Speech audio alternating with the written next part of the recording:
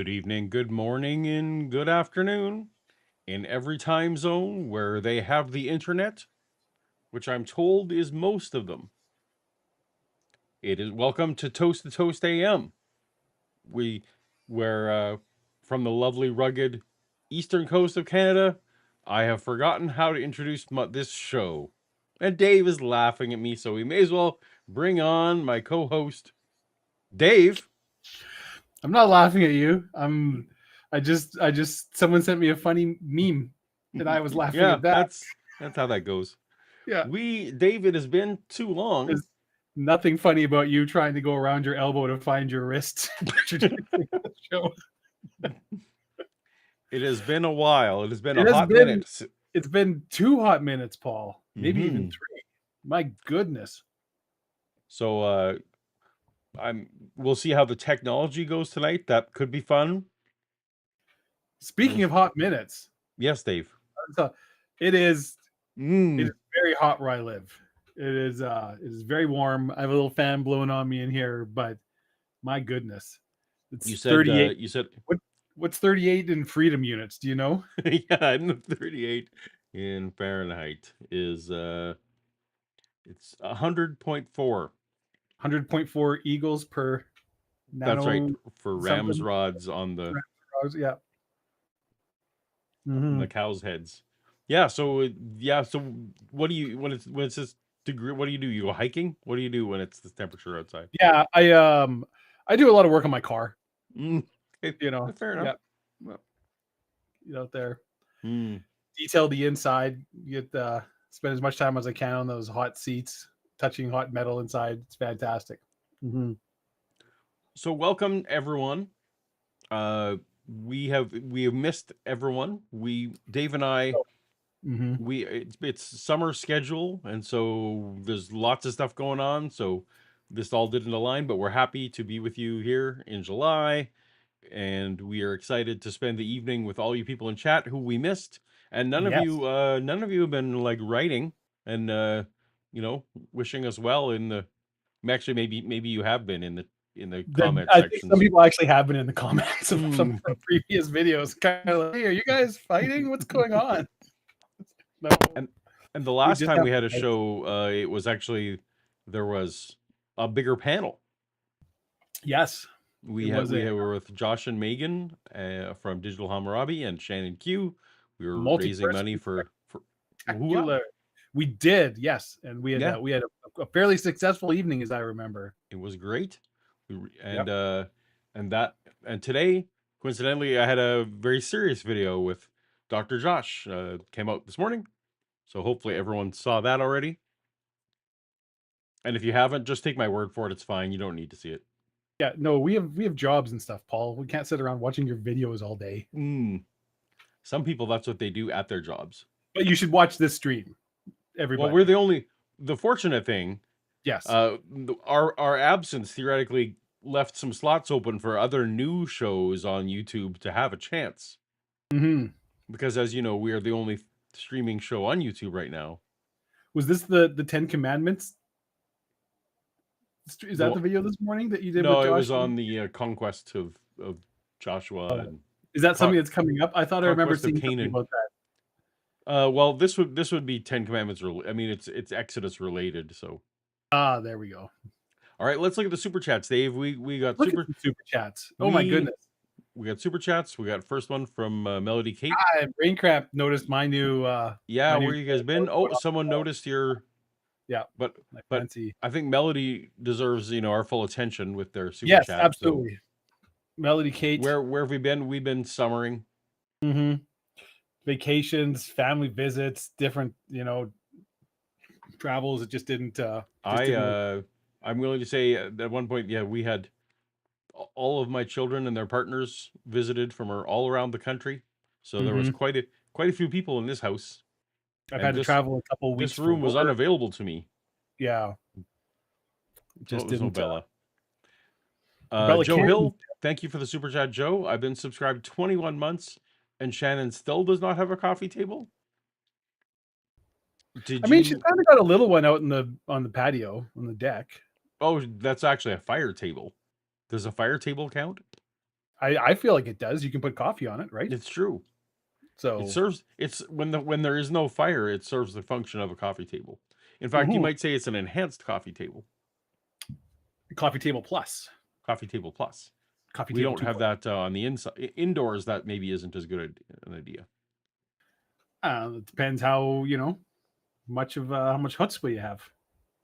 You willing to carpe that diem? Get out there. Carpe that diem. Exactly. All right. Well, we got the super chats out of the way. Thank you so much for super chats. We appreciate you all. We have. Oh, well, we have another super chat. No, we have another super chat, which is great because that lets us know which comments are most important for us to read. Absolutely. And Matt Lambert wants to let us know that I have been pre-gaming Irish, Jameson, and Guinness. Good choice on both of those things. Waiting for you guys. Well, I mean, that deserves we need to do our toast. Oh, we need to do Paul. Here's to toast and to friends reunited coast to coast. Oh, very well played. Very good.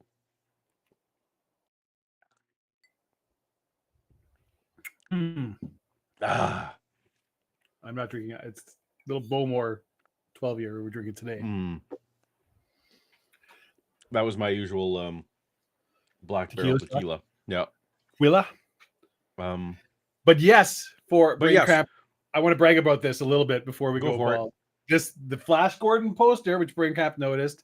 That is, as I was saying to Paul before, that is not a replica. That is not a facsimile. That is not a recreation. That is an actual movie poster that hung in a local movie theater in 1980 that I got from someone who got it from the original owner of the theater.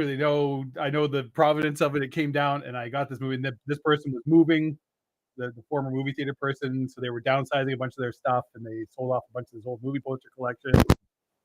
Here we go, and now I have an original 1980 Flash Gordon movie poster, and I'm tremendously excited about it. I'm envious. Well done, Flash. You save every one of us. All right. Well, we do appreciate all the super chats that come in. They definitely enable us to get back onto the on ramp for the show. Is it not? Is it not working today? I don't know. Oh, well, it still worked on my side. There you go. Yours, I don't have the touch. So, but Dave, we can't. The super chats alone won't keep the lights on.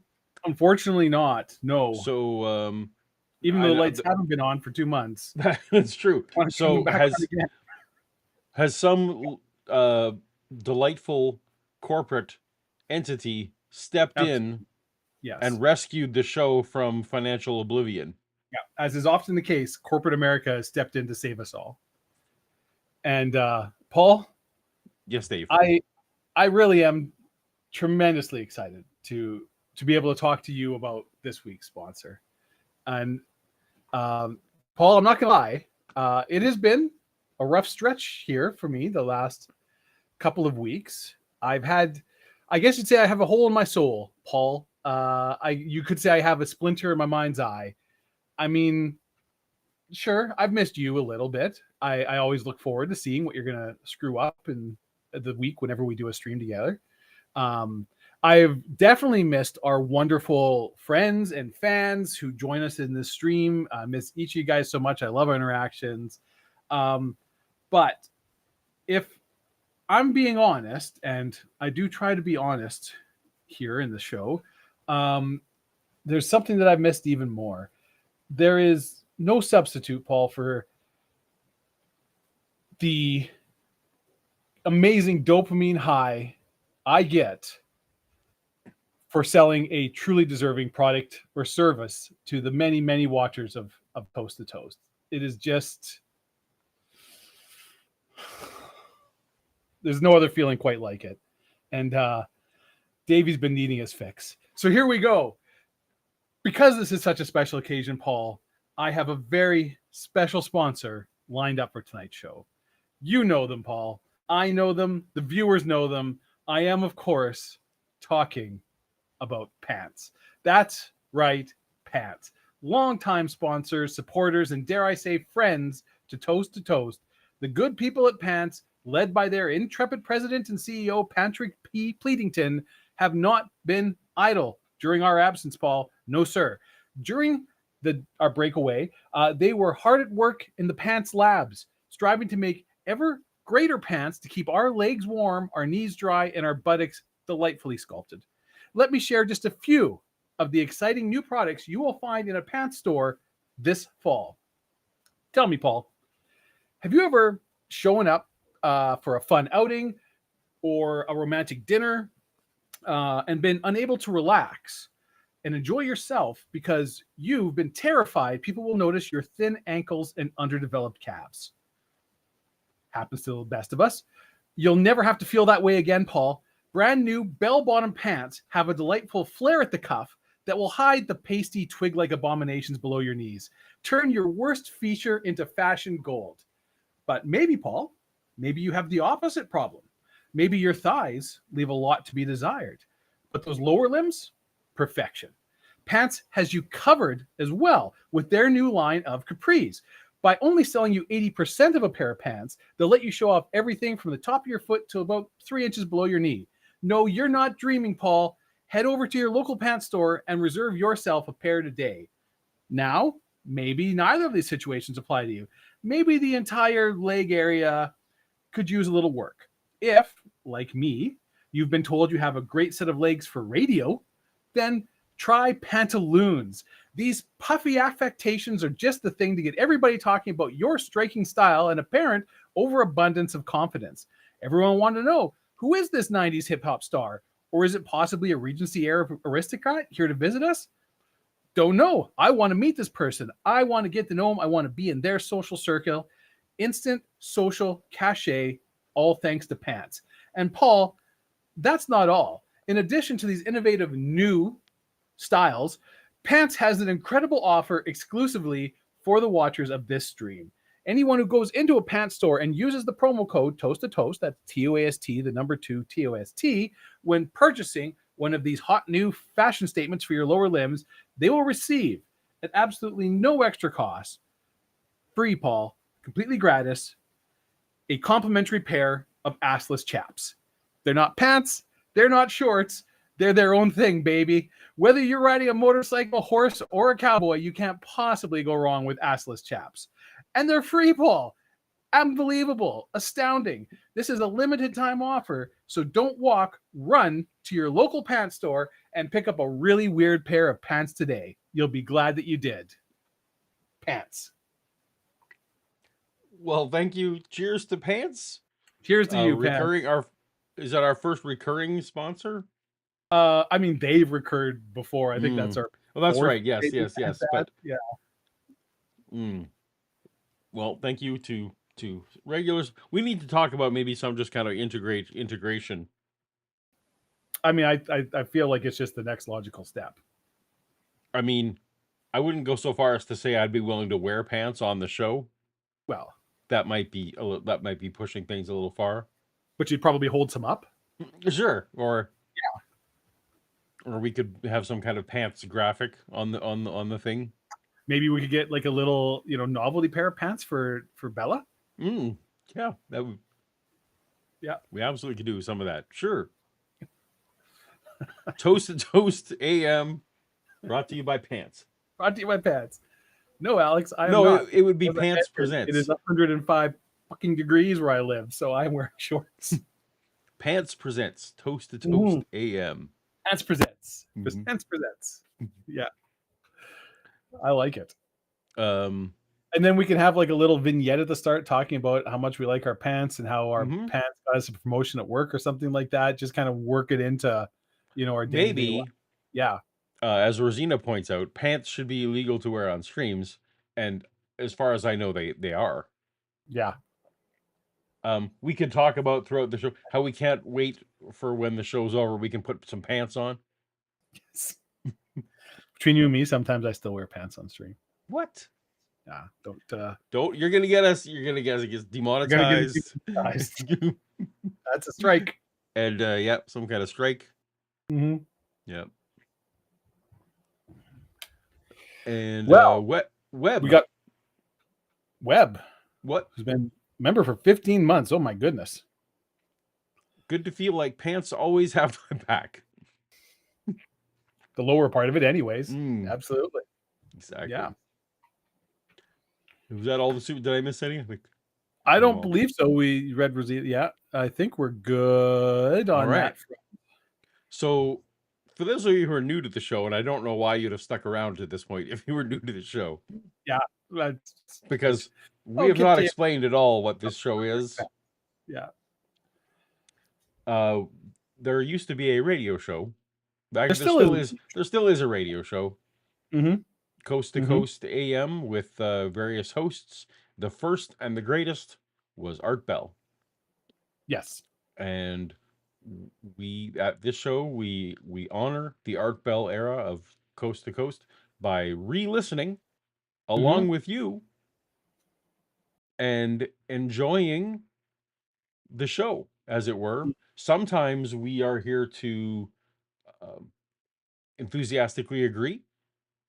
Sometimes we are here to disagree and perhaps insert alternate facts, as it were.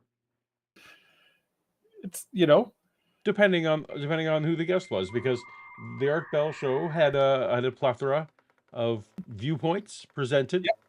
Some people had alternate truths. Yes. Yes. Which is a phrase I do not like. And so I would say, I don't know, 2 or 3 months ago, we did a show where we highlighted a personality on the Art Bell show known as JC.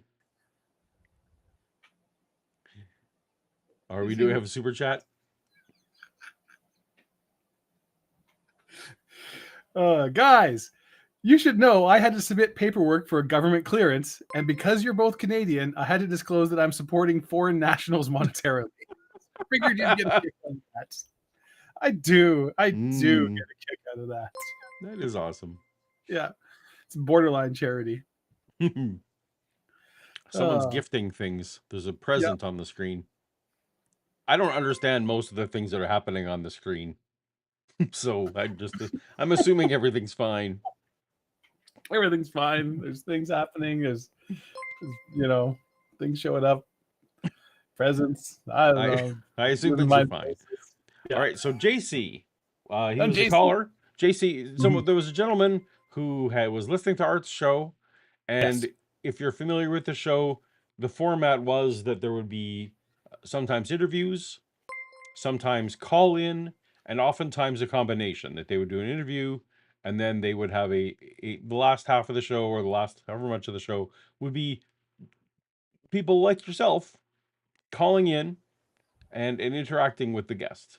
Yes. Now, one night there was a gentleman who called in and had some concerns that what was happening on the show didn't align with his beliefs about God and how we should be acting.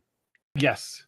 It was 1996. The first time he called in. Yeah. He has a very particular worldview. We'll say that. Yes. And Art, he refused to give his name. Perhaps I've actually been sucked into Sovereign Citizen YouTube these days. Maybe I'm misremembering, but I remember he wanted to give like his real. Oh no, you're correct. You're correct. Art's like, that's a terrible. Don't do that. That's a terrible idea. Yes. So he was given the moniker JC. By Art, and then Art enjoyed the interaction so much that Art just invited JC to stay on. Yeah. And to interact with the callers and the guests. And JC frequently called back in the show for 25 years. That's correct. Yeah. Because what we are listening to tonight is a compilation, I believe, like the whole thing, because the whole clip's like 5 hours long or something, right? Right. If you took all of the JC appearances on the show, then then it's like 5 hours. So we got last episode we got about 30 minutes in to our 5-hour. But it's not like this is a compilation. 5-hour, like he sat down and talked to him for 5 hours. No, This is 5 hours spread, literally, as I said, over spread 25 over 20 years. Yeah. So, but we had such positive response from the JC show that we decided a part 2 was warranted. Yeah, it's good news. Shannon Q. Shannon Q got here. Yeah, I mean, we started. Yes, it's just Michael. Yes. Michael's chat also made. But the trivia has not started. It's not started yet. So that's the other part of the show. I don't know if Shannon can see it or can read back. I got a new shirt that I think she'll appreciate. This is my Shannon Q shirt. Do you like that? There you go. Yeah, like it. Red. Yeah, it looks slightly orange. Did you? And orange is your favorite color. The lights. It's these LED lights in here. It's washing out. It is deep red. It is definitely red shirt. Red. I was wondering perhaps because you do like the color orange. I do like the color orange, but the joke doesn't work with an orange shirt. No, it doesn't. Not at all. Yeah, that's a red shirt. Yeah. Okay, so we will be returning to JC. Yes. And thank you, Shannon, for joining us. So everyone, we're delighted because the other thing we can do now that Shannon is here is we can start the trivia. Yeah. Should we kick off a trivia question before we get into? Should. So there's a game within a game here, Paul. Oh, a game within a game. Okay. There's a common thread tying these 6 trivia questions tonight together, and we'll see how many people are observant enough to see the common, okay, the line weaving between the questions. I've not read the questions, so I don't. Very subtle, so hopefully, so I don't know what we're in for something delightful. All right, I'm gonna get the game going. Get the trivia clock counting down. Yep. This is my in honor of JC. Welcome back, trivia night. Oh shit! We should explain how trivia works. Oh, just in case. Paused again. It's multiple choice. So there's going to be a question and 4 answers, numbered 1, 2, 3, and 4. Yes, only 6, Vashati. We got a lot going on tonight. All you got to do is type the number of your answer into the chat. Just type the number 1 or the number 3, whatever the answer is, and Paul's computational algorithm will pick it up and tabulate the scores. And at the end of the night, we will have a winner of the trivia game. So I think that covers it, right? We're good. That sounds about right. All right. Yes. Let's multiple go. Choice 1, 2, 3, or 4. Lamore Whitehead, a prominent pastor in Brooklyn who was convicted of wire fraud, attempted extortion, and various other charges, was commonly known by this nickname. He was the Friar of Fraud, the Diamond Deacon, the Bling Bishop, or Steely McSteelface the Stealer. I know which one I want it to be. We so seldom get what we want, Paul. That's true. But maybe you do. I don't know. What you want. Let me soak this in. So what might be the theme? Well, I guess I can't guess a theme from one question. That's not enough data points. Yeah, it's tough. All right. Well, we got a lot of the audience is all over the map here, Dave. I think you got a good one. This might have been a tough one because this wasn't a huge story. Not a lot of people know who Lamore Whitehead is. I just liked his nickname. It was the Bling. That was the one I wanted it to be. See? Well, trust your heart, Paul. I am so happy now. This is very delightful and good. Excellent. Okay, so that's trivia question 1. There will be 5 more. And as always, the winner of tonight's trivia will be eligible to receive a Toast the Toast tumbler. Ooh. Mine's got beer foam in the middle of it now. I'm not showing it off to its best advantage. Or you're showing it off to its absolute best advantage. I guess that's true. It's clearly functioning as designed. Exactly. So no leaks. That's your that's part of the incentive if you were looking for, some reason to enjoy the trivia of us. But Dave, we are now as always, we are shooting to, within half hour of the show to have our first Art Bell clip. Yep. As we keep pushing that record farther and farther. Yep. we haven't seen the people in so long. We had a lot. It's been a while. You got to cut us a little slack. Got to cut us some slack. Yeah. All right. So we have trivia question number 1. Let me throw up the trivia clock. Oh, that's a low blow, Kip. Why you got to do that? Oh, Kip was also in the video that I did this morning. Yeah. Yeah. Now he's talking a lot of shit about the Oilers. Well. Rude. Well, I took away. Last time that's how I know, because last time hockey season was still going. Yeah, you were still excited and full of hope. And I'm still excited actually, but the I was just, Kip didn't like my last stream, as I recall. But that's that's beside the point. All right, here we go. Yep. We are going to just jump our way in. We're basically leaving where we left off. JC on the Art Bell Show. On the Art Bell Show. As we left, as we mentioned, for some reason, Art just had JC on the panel with him taking calls. So yes. Wildcard line, you're on the air with JC. Hello. Hi, this is Cindy in Anchorage. Hi, Cindy. Anchorage, Alaska. Oh, yeah. All right, he's got something against Alaskans, Cindy. Well, that's true, because you've been corrupted already by the Canadian forces coveting America. You were a part of Russia for once in the first place, and the fact that they probably have generational subversion going on is not where are you getting all your... So this already. I guess we're just jumping right in. You got a really good sense of JC right here. Just so he's not waiting to find out what the caller wants, whether the caller's on his side. Maybe the caller's here to agree with him. No, you're in Alaska. You've been corrupted by Canadians. Maybe divorced people eat crackers. We don't know. We don't want to know. Clearly, JC does not consider Alaskans to be true Americans. You used to belong to Russia. Now you're corrupted by Canadians. So I don't want to hear what you got to say. Yeah. Nice. Information. What's that? Where are you getting your information? I have my sources. You have your sources. Namely, my primary goal is the Lord. Excuse me, the comment that I have for you is there are a lot of Christians out here that are sitting and listening to you, and you are making our job that God wants us to do a whole lot harder, because you're making Christian, and you're lumping all Christians together as, and I know I'm speaking for a lot of Christians out there, you're making us all sound like fanatic freaks. That's why people don't listen to us. If you have a strong point of view anymore, you're a fanatic freak. If you know clean cut what's right and what's wrong, they call you sick. That's what's wrong with today's world. Evil. What's wrong is Alaska. Let's start with that.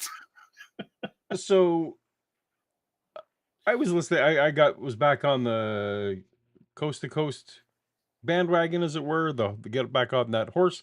Listen to some shows you suggested, potentially some shows I should listen to. Yep. And what struck me was there was one show you sent me from 1996, and how basically the calls that were being taken could be from last night. Yeah. How much the more things change, the more they stay the same. Yeah, there's America's being destroyed by. They didn't have the word wokeness, but they had those. Yeah. The sentiment was there. As I recall, one of the callers was very concerned that if Bill Clinton was elected, he was going to instate socialism immediately. We were just going to be a communist America right away. Sometimes in hindsight, these things are amusing. Anyway, this call feels like this call feels like it could be a call today. This woman is you're giving Christianity a bad name, and she's maybe not wrong. Yeah. I mean, I feel you probably have some sympathy for viewpoint, as I did back when I was actively involved. When you would hear people like this, and you're just like, oh no. Yeah, friendly fire is often worse. Yeah.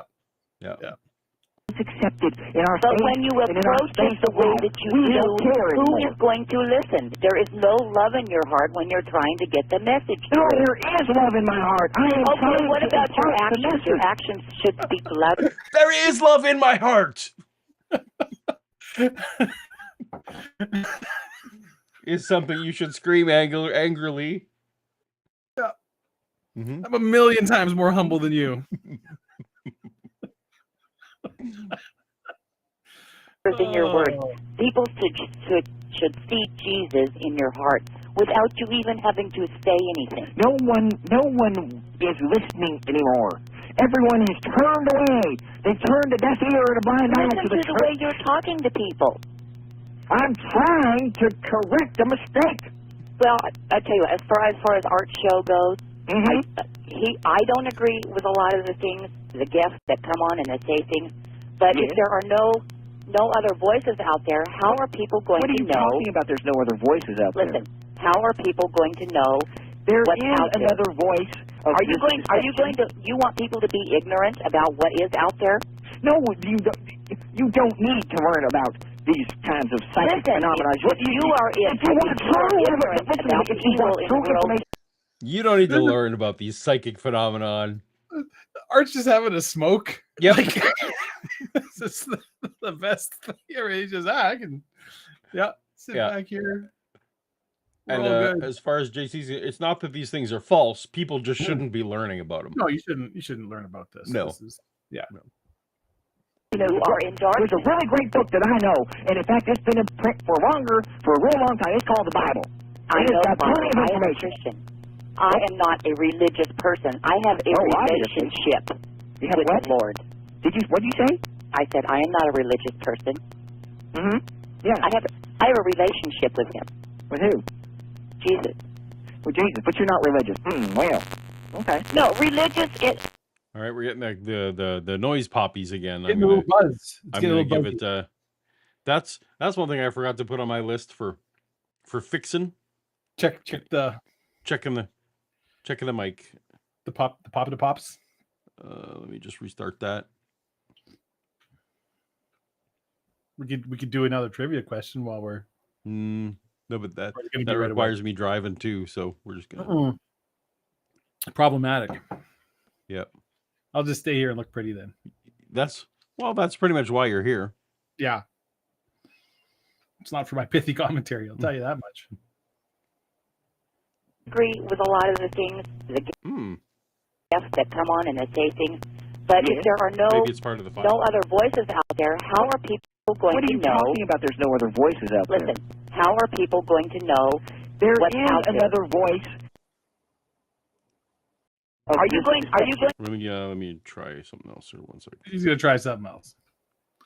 The buzz is the power of JC's love. Yes.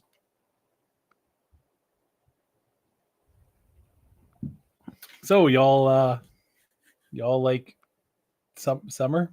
Join your summer? That's cool. Cool. Come on and say things. But if there are no other voices out there, how are people going What are to you know? talking about? There's no other voices out there. Listen, how are people going to know There what's is out there? another voice. Are you going to? You want people to be ignorant about what is out there? No, you don't need to learn about these kinds of psychic phenomena. If you are ignorant about evil in the world, then you are in darkness. There's a really great book that I know, and in fact, it's been in print for a real long time. It's called the Bible. I know got plenty of I am a information. Christian. I am not a religious person. I have a relationship You have with what? the Lord. What did you say? I said I am not a religious person. Mm-hmm. Yeah. I have a relationship with Him. With who? Jesus. With Jesus, but you're not religious. Well, okay. No, religious. This is after Church Lady. This is post Church Lady on SNL, right? Yeah. I got a bit of that flake. Isn't that special? Isn't that special? That's special. Now I will say, and yes. there's a super chat. Yeah. Do you want to read that, Paul? Yes, we have Rosina with a $5 super chat. Not religious, just a personal relationship. Just a personal relationship with Jesus. Yeah, that's was the line. That's the line that Christians would use. Yeah. That's it's not a religion. It's not just some beliefs. It's like no, this is you have a personal relationship with Jesus that informs. It's an artificial distinguisher that you're trying to say. No, we don't. Yeah, we're not just here following rules. We're here to hang out with JC, not the JC on this call, but the big JC. Big JC. Not like Exactly. those Catholics. We all know what they're like. They're religious, and that's bad. But we, with our church and our things, Yeah. and our My cross is on a leather thong and it is rough wood. I'm personable. I'm just a person like you. Hey, let's rap. Dave, you might need to help me read this one. I'm not sure that Pants I wearin' are pants I wearin', except for frogs, feature or defect. Pants I worn through are pants I'm wearing are see-through. There we go. The pants I'm wearing are see-through, except for something, feature or defect. I'm going to say sounds like someone's already got themselves a set of ashless chaps. Sounds like a feature to me. Sounds like a feature to me. Yeah. Absolutely. Yeah. Yes, that's exactly right, Vishanti. Yeah. Uh-oh. Yeah, that's right. It's not real. Thank you for the super chat, Vishanti. $5. It's not religion. It's a relationship. Is evangelical code. It's code for we think all the other religions are not true, but ours is very different. Yes. There's all the other organizations. Those are all religions. We don't have a religion like those Scientologists or, whatever. Right. Like, this is all like about the Mormons or the Catholics. Yeah. Yeah. Or the personal relationship where we all get together in the same New Agers. I recall last show there was someone who was in JC's view was a New Ager, and that that made him a depraved person. Anyway. Yes. Off we go. Yeah. Religious and religion is something you do every day, like I religiously brush my teeth, or I religiously do this. You need to have a relationship with Jesus. What are you talking about? I do have a relationship. I have been imparted with the new revelation. Don't you understand that I am receptor of the new commandments, and that through me, God and I are working in close harmony to save America? God works through lots of different people. No, not very just many. You. He does not work through you, obviously, because you're just in denial. That you love art, and everything he can do is fine, and the more he can said that. Americans, fine with me. What's that? I didn't say that. Well, you weren't even listening. See, you don't even listen. Yes, I am listening to you. No, I said I do not agree with all of the guests that come on.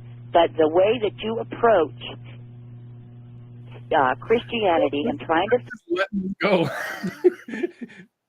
Art didn't care that. Yeah, he's totally getting the two guests are now having a discussion about how they don't agree with the host.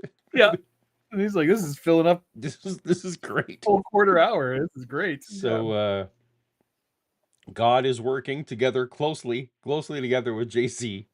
To he's got the new revelation. Now the question is, was this when America? Was this when was America great, Dave? They're trying to make it. I know they're trying to make it great again. I believe in the 50s and 60s. Oh, okay, so in the 96 it wasn't great.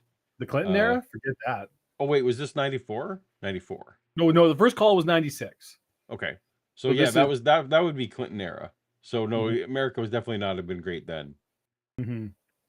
Okay. Well, it's sad in hindsight to know that JC did not achieve his goal. You don't know that. spread the gospel is with anger. See, all right, so thank you, man. So what they're saying to you, JC, is that you're harming Christianity. You're harming it. Well, and I thought this ought to get through to you. What I am hearing is the fact of these people who have been infested by the devil, infested by screams of agony against my righteous. Here's what I'm hearing. Yeah. It's going to be a long night, everybody. Right.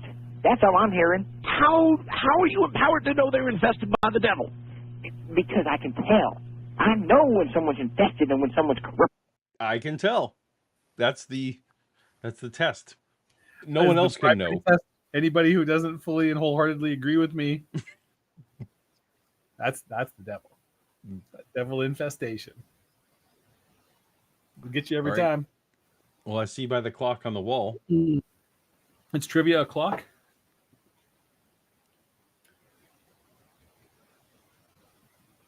Oh, I have a few seconds to kill. Oh, we had a super chat come in. We did. Mark Thorpe writes, Neozoic, great comic. I mean, it's good. Yeah. I'm glad you enjoyed it. Yeah. We can maybe talk about this after the trivia question, but I'm kind of said, oh, let's go with this, and we'll. All right. This famous televangelist was convicted of 23 counts of various types of fraud in 1989, having bilked his followers out of over $170 million. Was it Joel Osteen, Jimmy Swaggart, Jim Baker, or Franklin Graham? I think I know this one. I think I got this one. I feel like a lot of people are probably going to get this one right. Yeah.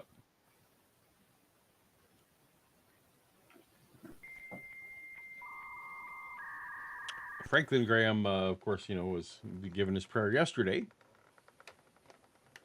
But I don't think he wasn't really in his heyday in 89. No, Franklin Graham would have been like in his teens in 89. Yeah. I just needed another evangelist. Yes, no, it's a good call, good choice, because he was. I was like, maybe it's a name someone will recognize and be like, oh, I'll think. Yeah, that's right. No, we had. Yeah, I was right. Jim Baker, Jim and his lovely. I thought maybe more people would pick Jimmy Swaggart as somebody who was also going through a lot of scandals at that exact time. Yeah. And Tammy Faye, Jim and Tammy Faye were the. Jim and Tammy Faye, yeah. Were the duo there. Yeah. Anyway, well done. We'll reset that trivia clock. Now, after prison went on to make money selling books about how wrong he was and how apologetic. That's right. Yes. I need you to send me $5 apology too. Yeah. Neozoic was a comic that I wrote many moons ago, and I appreciate someone going to. Anytime anyone's still reading it and discovering it, that's amazing to me. I love that. So thank you. That was Mark. Yes, Mark. Thank you for checking it out and for the endorsement. Go to red5comics.com and you can see copies. Dinosaurs and chicks with swords. What more do you need? Chickosaurs and dinosaurs. Yeah. Yep. We have another super chat from Rosina. Thank you for your generous contributions, Rosina. Yes. I'm either infested by the devil or by earwigs. I don't know why that should say or, I would say. Yeah. I don't feel like those are mutually exclusive. Yeah. You can be both. The devil works in mysterious ways. That's somebody else you're thinking of. Oh, the devil works in straightforward, obvious ways. I see. Yeah. Yes, he makes you want things that it's natural for humans to want. But sinful. All right. And so you could tell that lady was infested by the devil? Because I am on a constant pipeline with the Lord, and He's imparted His known to me. The Lord. All right. East of the Rockies, you're on the air with JC. Hello. Yeah, this is Mike in Rebuke, Iowa. Hi, Mike. Hey, Art, I love your show. DJ or JC? JC, get it right. It's so backwards. I figured. It's not even his name. Wouldn't know the difference. I have two questions. See how you just come on and insult me? I have two questions. I am a person too, and I do not need to be insulted immediately by your phone call. I don't. Okay, I have two questions for you. The first one is, I'm curious as. I can only if someone mispronounces your name, that's definitely your not real name. Yeah, that's right. Whenever someone mispronounces my not real name, I definitely immediately fly off the handle. Mm-hmm.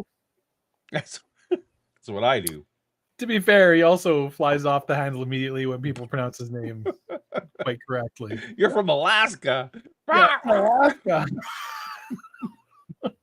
Well, this ought to be rich.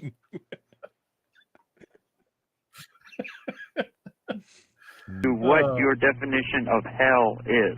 Hell is the absence of the Lord. Hell is the gnashing of teeth and the wringing of hands. Hell is the flames and the fires and the worms that will work their way through your flesh as you live, as the devil pulls your skin off and dips you into boiling oil and torments you and laughs in your face.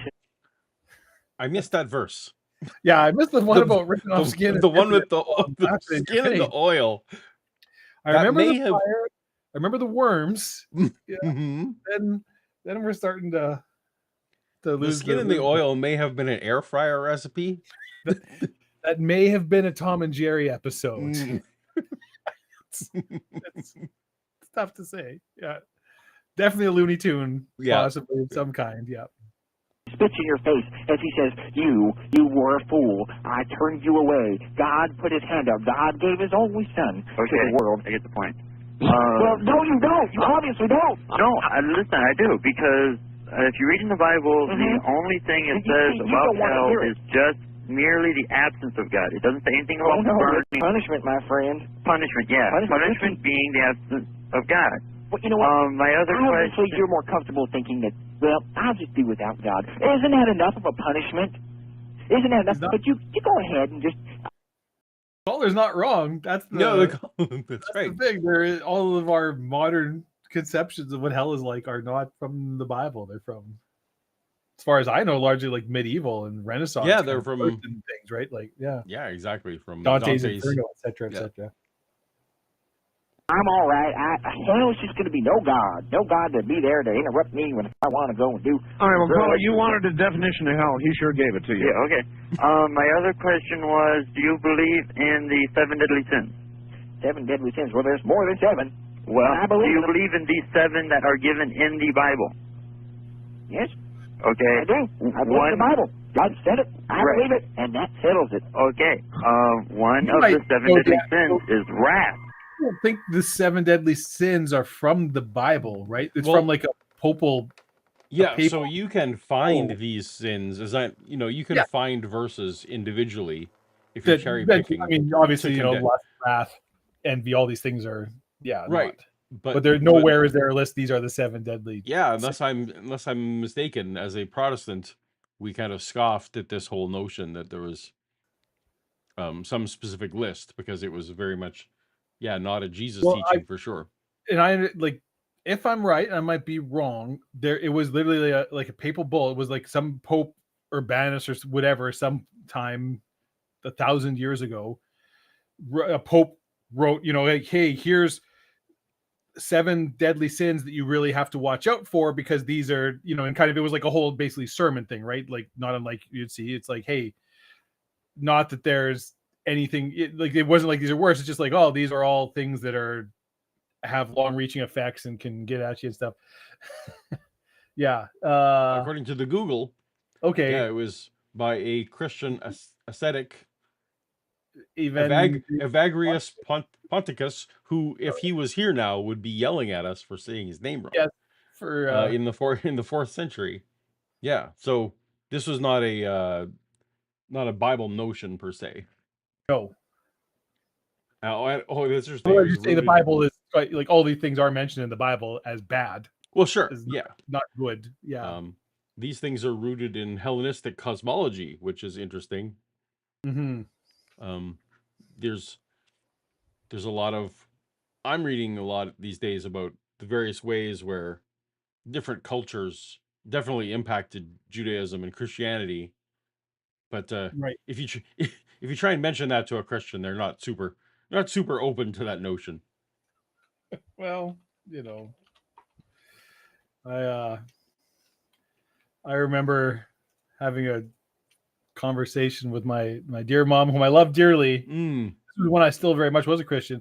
She somehow was under the impression that, like, Jesus, his death was exceptional, and like he's suffered more than anybody or normal people. And I was kind of like, no, crucifixion was an incredibly common punishment and far from the worst form of death the Roman Empire and other empires. Like, there's like times there's this big Roman gladiator revolt, it was a slave revolt where they crucified like 10,000 people. They ran out of wood. Right. Like, yeah. But everybody for like a couple months walking the hallway, it'd be like, you see this, slaves? This is what happens if you get uppity. So enjoy that. Yeah. That was I was like, yeah, no, it was just, it's like being in the electric chair now or hung. It's not good. But there's nothing particularly. But it happens. Noteworthy about it happening. Certainly at that time wouldn't have been a particularly noteworthy thing. Yeah. But yes, so in summation, sometimes people in the church have a skewed perspective on well, or at least, so we were of the sola scriptura type Christians where we kind of felt like doctrines needed to be based in scriptures in some way. And other people don't feel that way. So who's to say? I think they're all wrong. They're all wrong. Yeah. Timothy Harmon writes, Paul, are you looking to the Bible about hell, not the direct pipeline to God? I know. Unfortunately, I don't have a direct pipeline to JC. JC does have the new revelation. Yeah. He is the person who has the pipeline. He controls the pipeline. He knows what's what. Hopefully there's no kind of spill. First you get the revelation, then you get the power, then you get the money. Tangent time. We're almost an hour into the show. We can go off on tangents. Yeah. So I saw someone reviewing. I was unaware of the movie Longlegs, and I started hearing buzz. This was not like a month ago. I was starting to hear buzz about what this was, and I'm unaware of it. So I went and I was kind of keeping it in my radar to see if it's something I might be interested in. And one of the reviews, I don't know if you know Jeremy Johns. I enjoy his reviews, and he opened his review with his favorite part of the movie was that it correctly had said it's the book of a character called it the book of Revelations, and another character in the movie called them out and said, no, it's just book of Revelation, singular. Singular. And they took time out of this, out of the movie to do some correction on this. I just thought that was great. And then that was how the review opened. Forget about all the rest of the movie. I'm very excited that they corrected it. So that was fun. Revelation. That there was connections in my head. That's right. From what I've heard, and I have not seen it, but people I know have, and if you are somebody who is interested in the craft of movie making, you will happily be able to pause scene after scene and just look at the way the shots are set up and the lighting and the framing and everything it's very Kubrick. It's very deliberate, very exact. Where these lights are matter, where the shadows are matter. There's so much going on in the craft of this movie that everything else aside, you could turn the sound off if you are a person that enjoys that kind of thing and just have a happy feast day all day. And achieving that while having a budget of not much more than this show. But that's the thing; it's a labor of love. So it's just somebody who took the time to set all this up, right? There is nothing about it. It's not CG. It's just no. It's where these people are standing in relation to each other and where I feel like we're one good sponsor away from having Nick Cage on our show. Come on, Pants. Make some calls. Yeah. Which you obviously are a sinner. How can you be that close to God? I am not filled with wrath. Oh, I am not filled with wrath. Yeah, I do have love in my heart. I am filled with the. I should take that clip. That'll be my new text notification.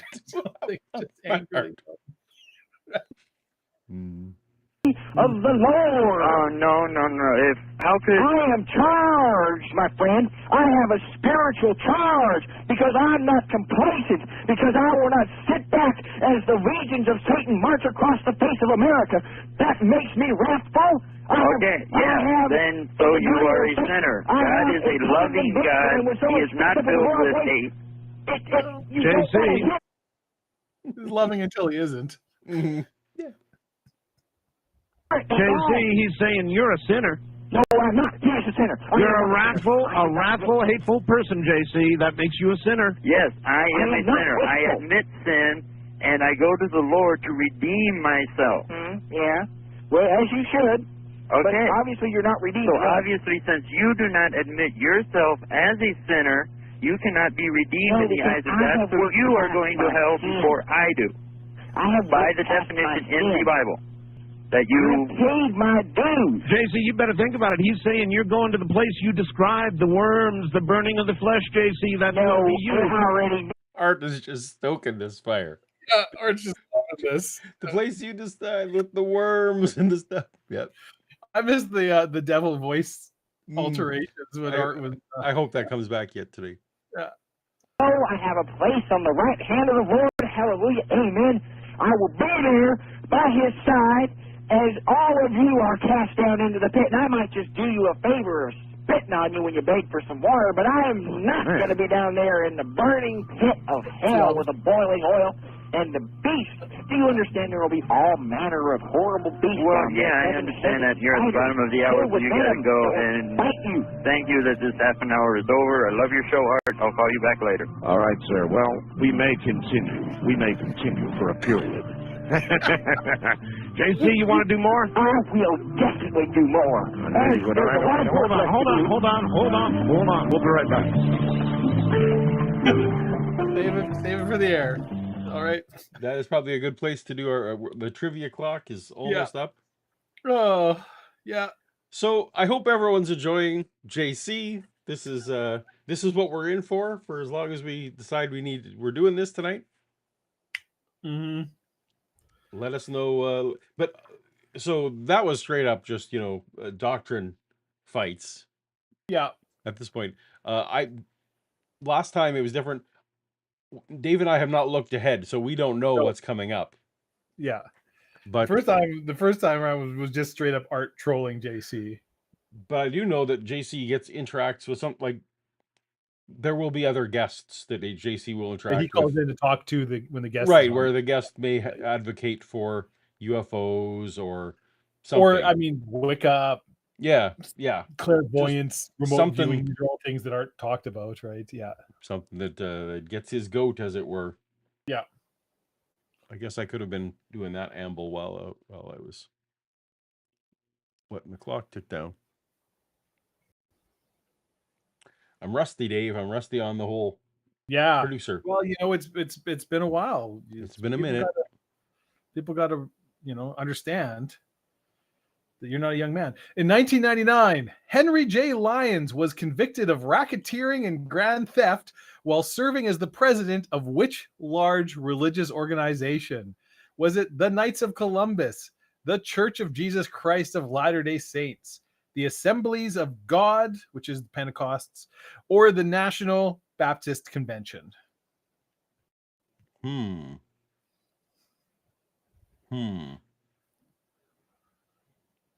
you figured out the common thread yet, Paul?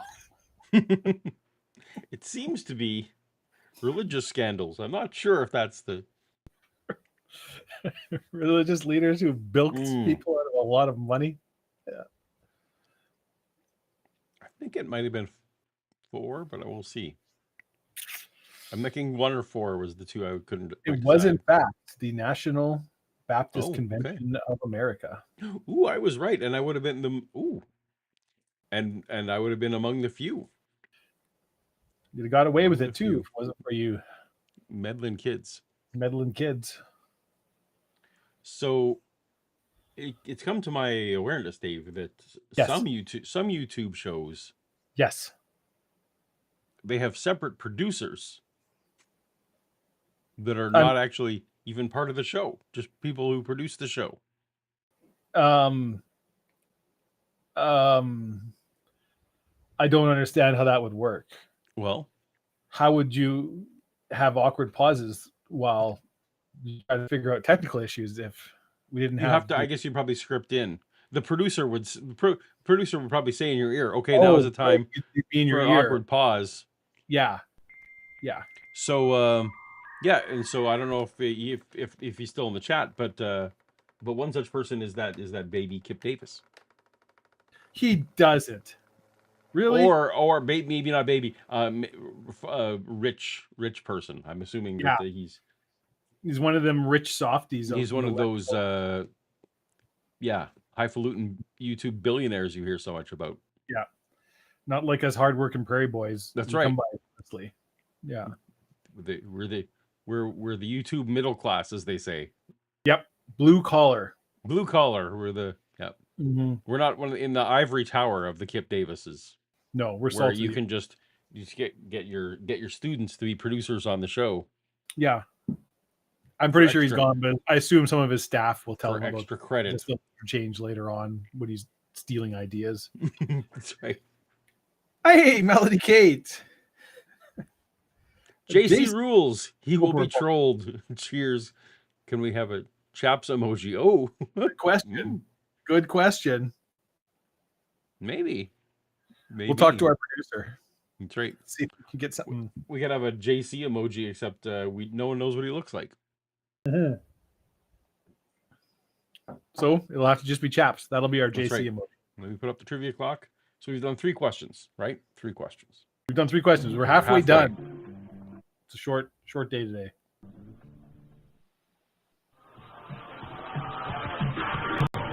Burning up. Do you hear that, JC? Burning up. I hear it. Yeah, and it's not the kind of burning you're talking about. And JC, while we're on the subject, what in the world is wrong with sex?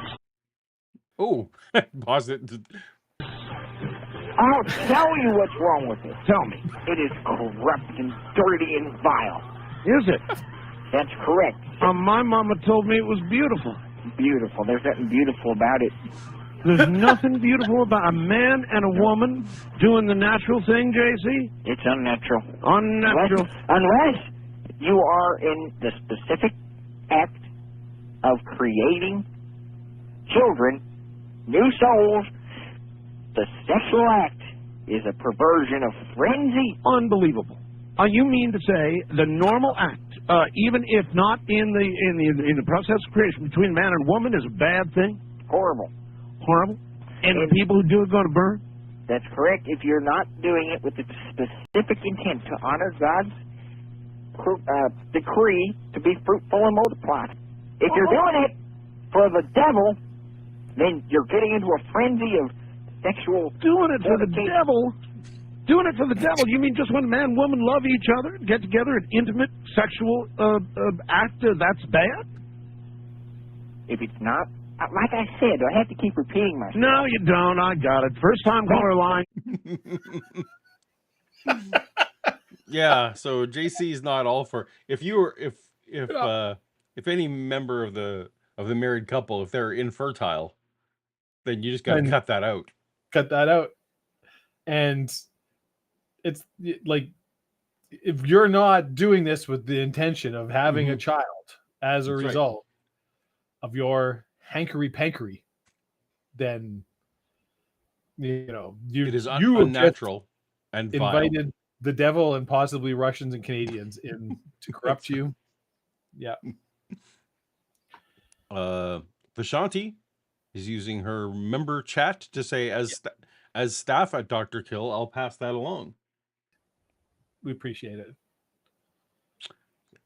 Also, just over this last week, I saw a stream our friend Vishanti ran explaining Doctor Strange issue number 70. Ooh. It was good times, and I hope she does more. And I will note, likely produced it herself. Likely, it certainly seemed that way. Another salt of the earth. Mm-hmm.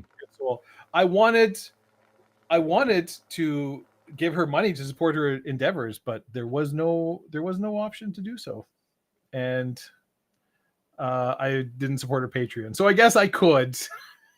Actually, still, really, that's on me. The very first, I tried to do it in the most easy way in front of me, and it wasn't there, and then I gave up. Well, most importantly, she's financially supporting this show, and that's what's important. which really is actually twisting the knife. And now I feel a little extra bad. Yeah. And another super chat from Joe Hill. Hey, Joe. Again. Says, hey, Joe. Doing it for the devil. Doing it for Doing the it devil. for the devil. Oh. Yes. When married couples fail to fertilize an egg, that is akin as long to as you're devil trying. worship. It's intention. Oh, it's in the intent. You want to. If the goal of this is, egg fertilization, then we're okay. And you can't just, God can read your heart. So you can't just be like, oh yeah, I want to have kids when we all know you. You can't even like fingers crossed behind your back or something. Yeah.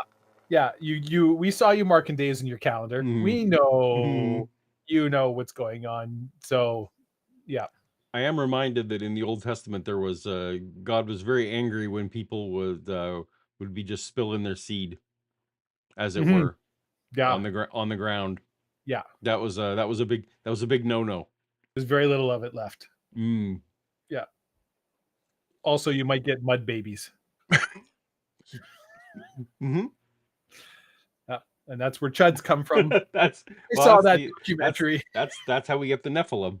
The Nephilim that's when angels spill their seed. That's how you get the Nephilim. Yeah.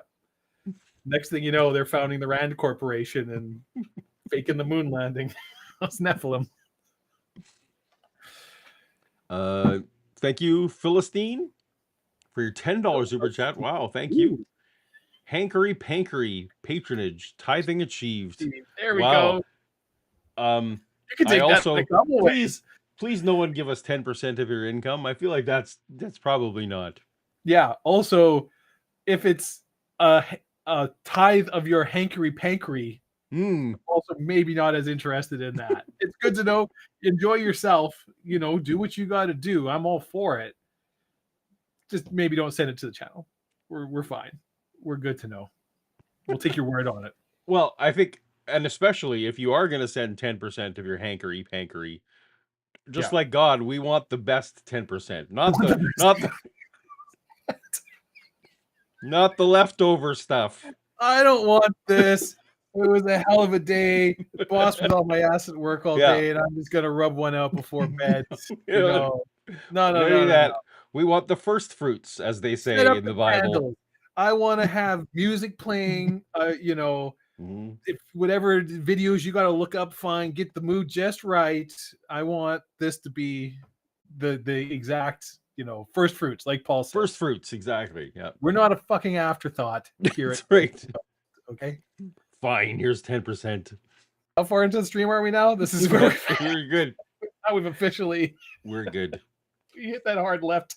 Timothy Harmon writes, what if you do it, but not for procreation, and your partner gets pregnant? Oh, wait, stay with me.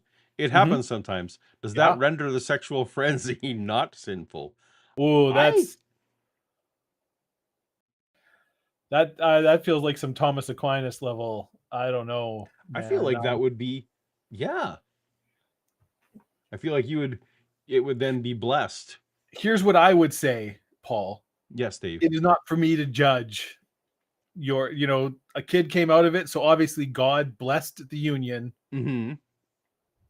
Is in a sort of trial by combat, so obviously it's got the Jehovah stamp of approval. Baby came out of this act. So clearly we're all good. I noticed that JC didn't actually ever at any point mention that marriage needed to be involved.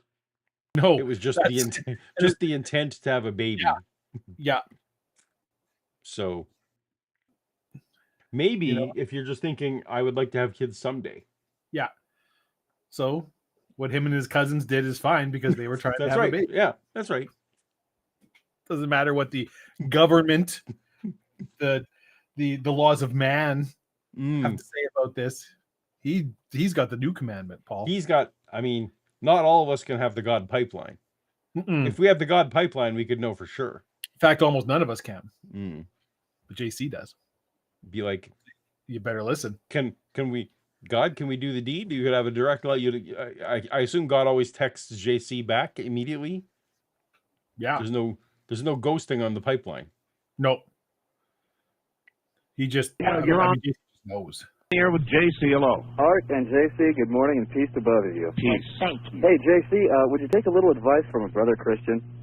Well, hallelujah that you're a Christian. This is David in Los Angeles. Hallelujah, David. And first of all, Art, I might just interject that this is a really bad Ross Perot impersonation. Excuse me? Either it's a bad Ross Perot impersonation, Ross Perot or it really is was Ross, and he did what he do after in the the election. fact that he was attempting to degrade. I think someone in our previous episode had pointed out that it's not Ross Perot. I think it's not Ross Perot. I think it's Dana Carvey doing Ross Perot. Yeah, it is. It's a character of Ross Perot. But it is, Can I finish? I can see it. I can see it. There's not. Yeah. Oh, Ross George Perot. Bush's victory. Well, his character voice drops from time to time, JC. You really need to work on that. Anyway, I believe that JC knows about as much as about Christianity as Bob Dole probably knows about the price of milk, you know? JC, a little advice for you. You're going to win more souls to the Lord with honey than you will a gun. You're not going to win friends for God by being coarse. I have no problem with guns. And I know this is probably an act and a big shame. Clearly not. Clearly not. That was To be the fair, point. he's never once mentioned guns. I really feel like this caller's off somewhere. I think it might have been better if the caller had said you win more friends with honey than vinegar. But I feel like JC would have actually at the point said, I have no problem with vinegar. Yeah. Yeah, it's just like I drink a glass of vinegar every day. that's right. Keeps the urges down. You don't win friends with salad, Dave. Nope. Absolutely not. That's Rosina, the Yes. sea bottom creature killer, for Once $2 again. writes, laying pipe with God. Yep. So purity culture, subsection of Christianity, Yeah. definitely has the weird. Wouldn't be prudent.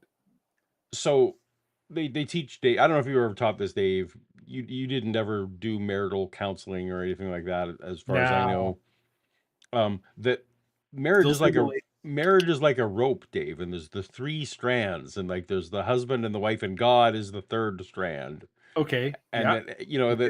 that picture, but also it lends to when you look at some of these things, there are literally pictures in some of these things where like the husband and wife on the honeymoon, and Jesus is in the room smiling, like he's he's watching. He's gonna be joining in. Yeah. It is something very inappropriate. It is creepy and weird. So Rosina, I know you were trying to go for the shock value, but you're gonna have to try harder. You're gonna have to try harder. Yeah. Because we've already had Barry White Jesus. We have indeed. Yeah. Oh, yeah. All right. Sometime when you're in a fine, sexy marriage bed, you're laying with your special holy lady, and the mood is just right. You worship me this way. Anyways, that's my Barry. It's not very good. You know, a lot of people listen to the radio and are influenced by what you say. I don't take kindly to your words of accusing my faith of being nothing more than a sham. I am not some dime-a-minute preacher on television trying to get rich so I can have a limousine and a whore. No, sir, I've been working for the Lord my entire life. There we go. Oh, yeah. He makes a good point. Yeah. My father raised me in He figured out the Bible's way. secret thing to tonight's trivia contest, Paul.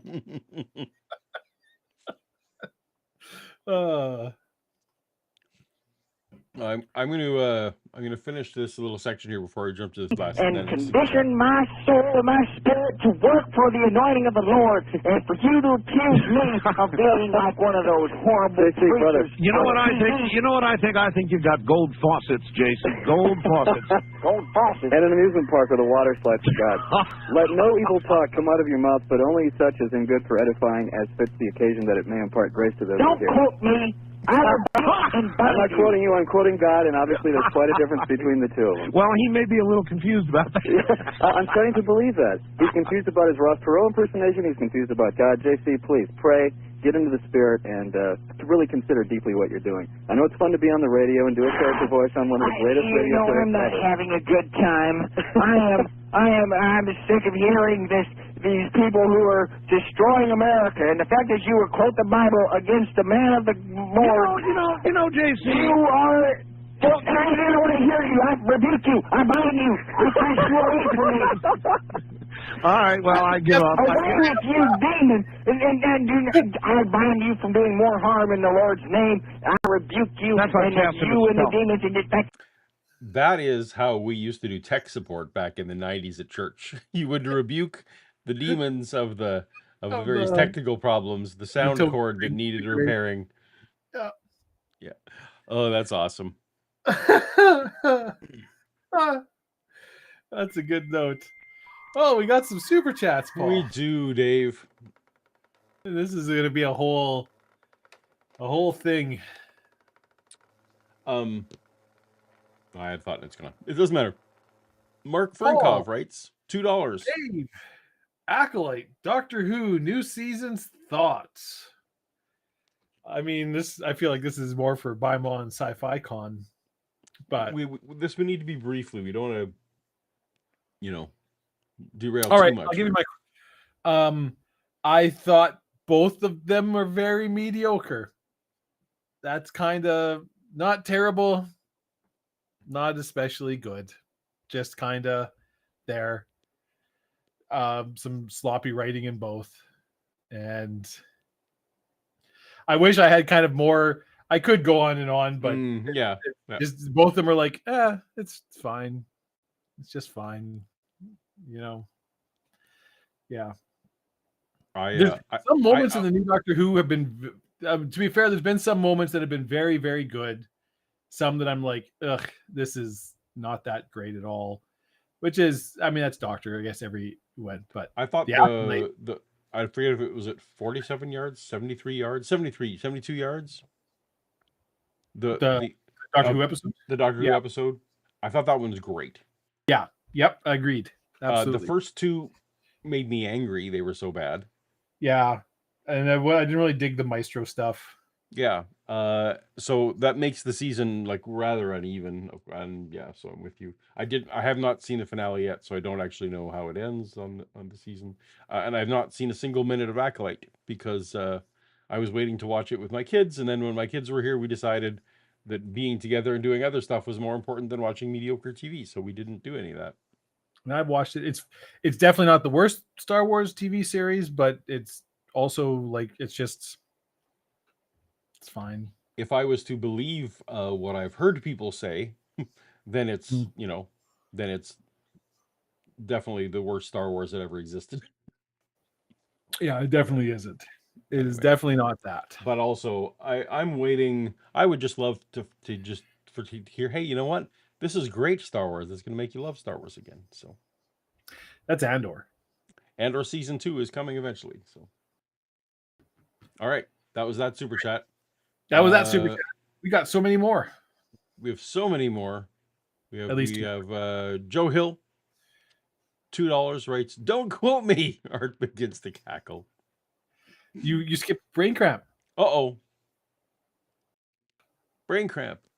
God is really Darth Plagueis making all the babies happen. All the babies happen. Yeah. Darth Plagueis the Wise. Or if you're also apparently in the Acolyte that if you're a lesbian Force user, you can make babies too. I don't know if that's true. It's just something people have been telling me. It's vague. It's incredible. I am guessing that the kind of people who told me were not in a position to accurately have their to express their feelings on this because, I mean, do we want to get into this? No. Okay. No, I'm gonna leave. No, I want to leave it as I'm aware that the people who are shouting that at me, they're gonna if. I don't know if you're not wearing a MAGA hat, you're woke. I don't know. Like and I'm not trying to be political. Here's the example that illustrates it perfectly to me. And this isn't specific to the Acolyte at all, but there was an interview with the creator of I can't remember her name, the writer, producer, or director, and people involved with it. And somehow, so the interviewer and them, they get laughing, and they're joking about how C-3PO has been often cited as, like, well, he's an example for the gay community. Okay. Right.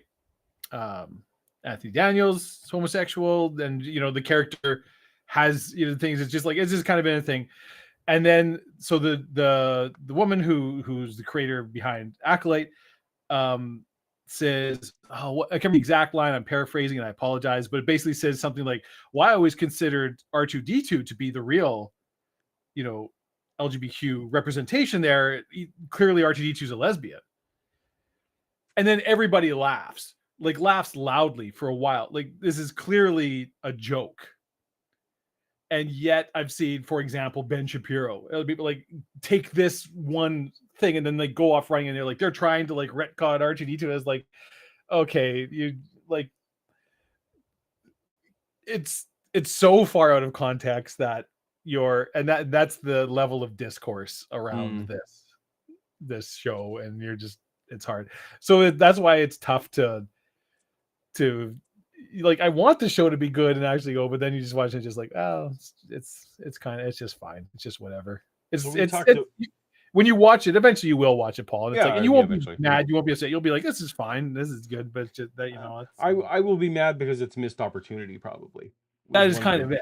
It's one of the things they only do so many seasons per year. And it's kind of like I'm worried that the writing is not good. And my complaint with both Doctor Who and with some of the Star Wars shows is that there are many shows that have amazing writing. Yeah. The Boys has excellent writing. The new House of Dragons has very good writing, and so Silo, Severance. Yeah, so exactly. Yeah. Shogun. Yeah. So, you see the shows that have really good writing, and you get mad because, well, why don't all the shows have good writing? Now, if you could just, if all writing was good writing, then, that would be a whole different thing. That's not the way the world works. But yeah, I don't like the friendly fire of when there are people who are trying to, include some DEI or, whatever. It's all great. I'm all for it. But I'm extra upset when those shows don't do the storytelling well. Well, and what gets me, like, I guarantee there is a version of scripts for the Acolyte that are a million times more interesting than what we got, because they introduce some concepts and ideas, but then never follow through. They back off on them right away. Things like, yeah, maybe the Jedi are actually like not evil, but it's just like corrupt or very like sort of monotheistic, even like their way is the right way and they refuse to consider, and they've been in power for so long that essentially malaise and corruption and just like Braincat points out, there are some fantastic fight scenes, one of which there's kind of like a bad guy who fights like 6 or 7 Jedi at one time and handily wins, and you're like, well, that's kind of like, come on, Darth Maul could barely fight Qui-Gon and Obi-Wan at the same time.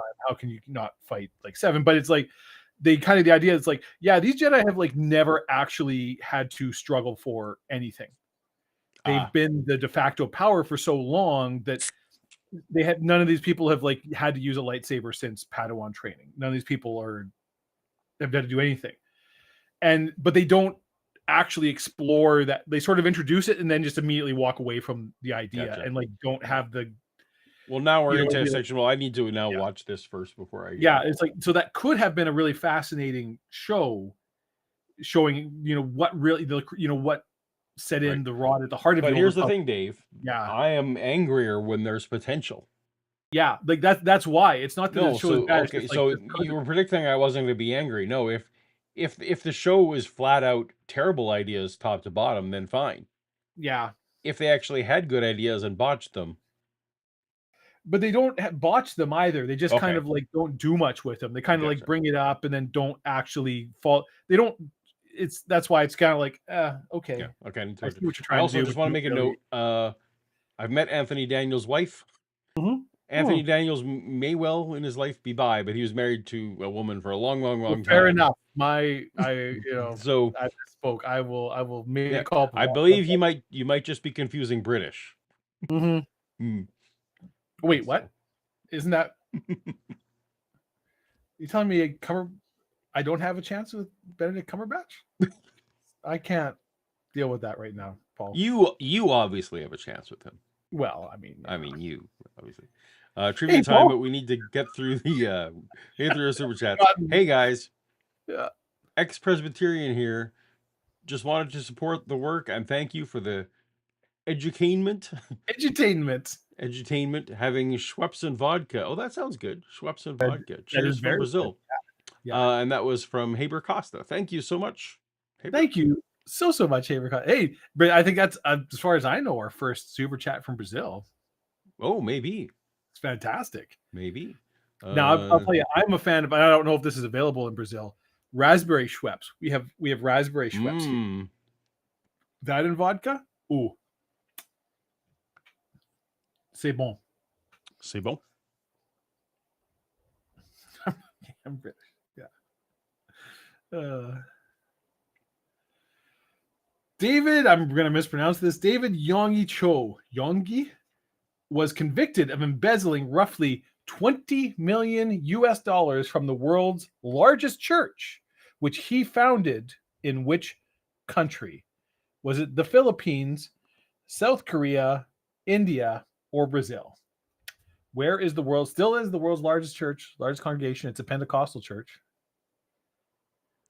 I think that I'm guessing the reason it's in there seems to be an answer that seems so obviously isn't the right answer that it must be the right answer. Wow.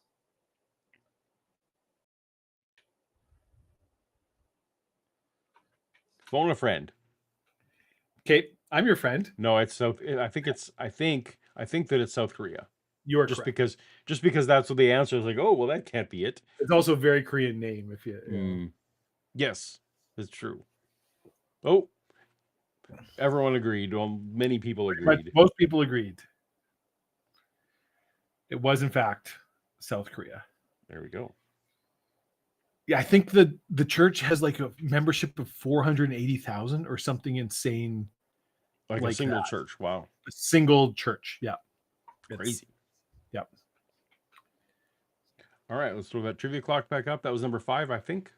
Mm-hmm. All right. Only one left. Let's get to some more JC. Get to more JC. It's getting good. Christianity.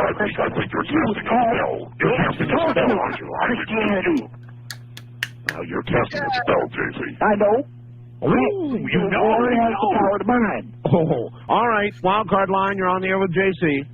Oh, Art. So for those who don't know what they just heard there,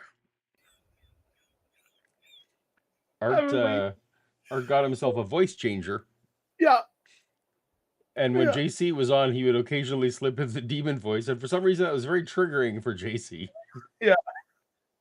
I don't know if he had some personal experiences with demons or something. You know, he was in a haunted circus when he was a child. Yeah, soul survivor. So this is clearly Art's just amusing himself. As we've mentioned before, he was on 6 days a week for 4 hours a night. Yeah. So you gotta amuse yourself every once in a while.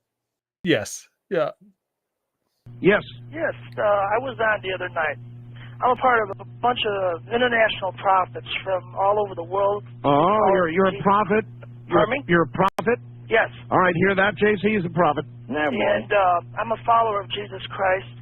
I believe that Jesus has come in the flesh as the Son of God, and we deeply love him with all our hearts. And Art, I should have to say, I was on the show the other night when you asked me about if I believed in the end times.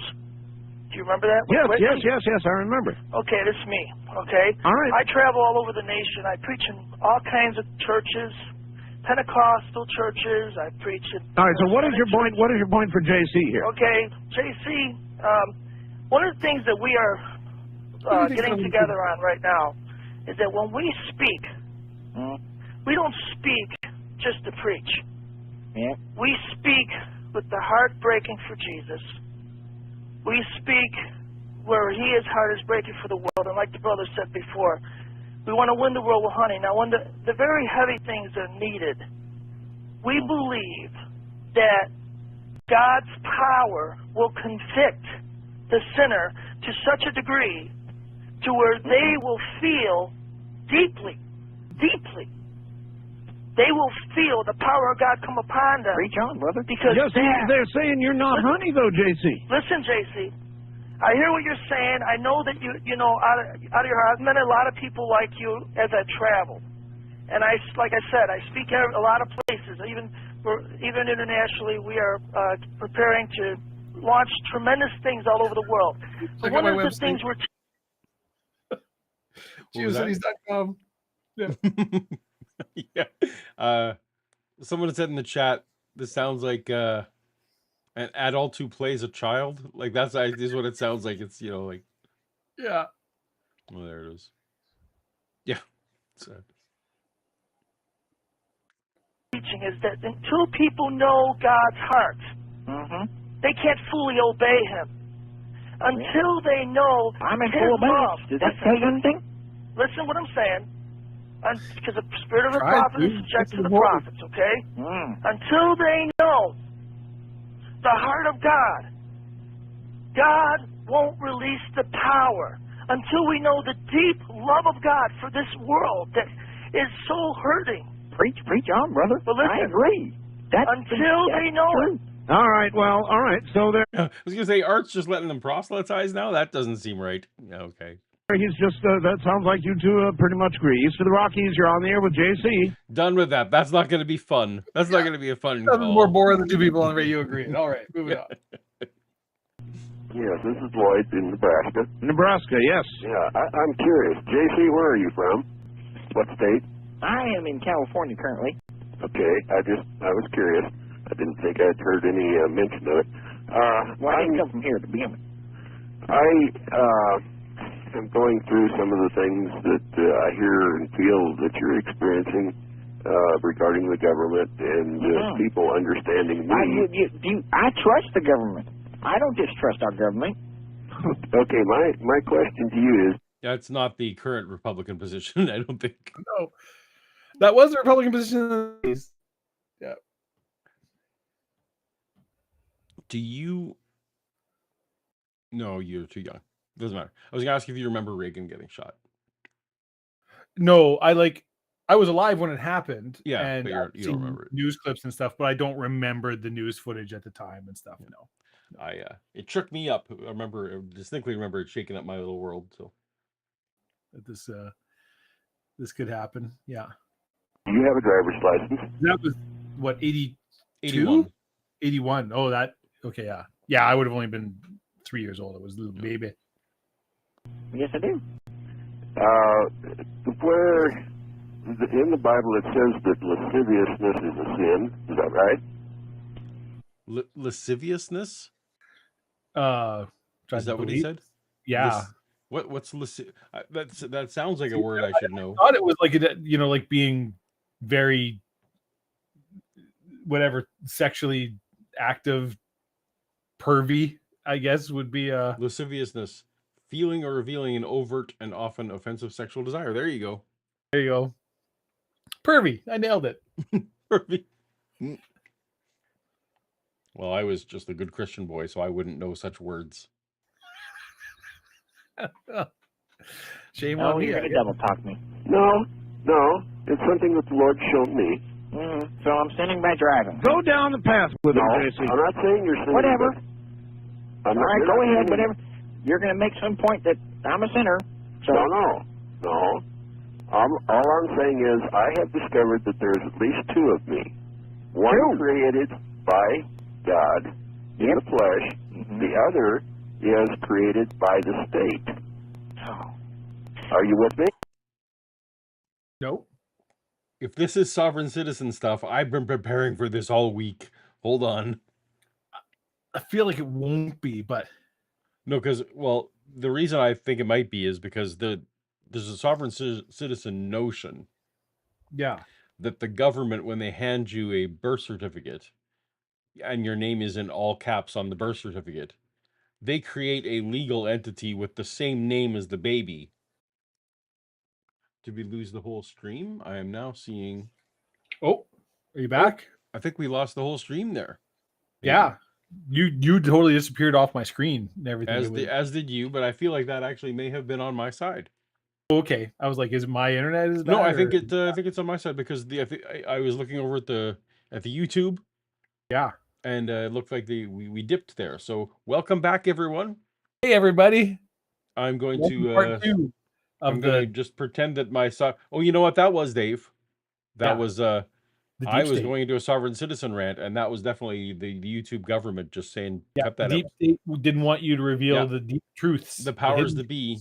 Yeah. Yep. They didn't want me to reveal these secret briefly turned into a polar bear. It's hard to describe how happy it makes me that there's a polar bear icon that shows up in my picture. I just changed that today. I know. I saw it when it first showed up, and it made me smile. The previous image, I kept saying, you know what, if that ends up on air, that's not the greatest image. So I actually literally today I was like, yeah. But I also thought this is never going to come up.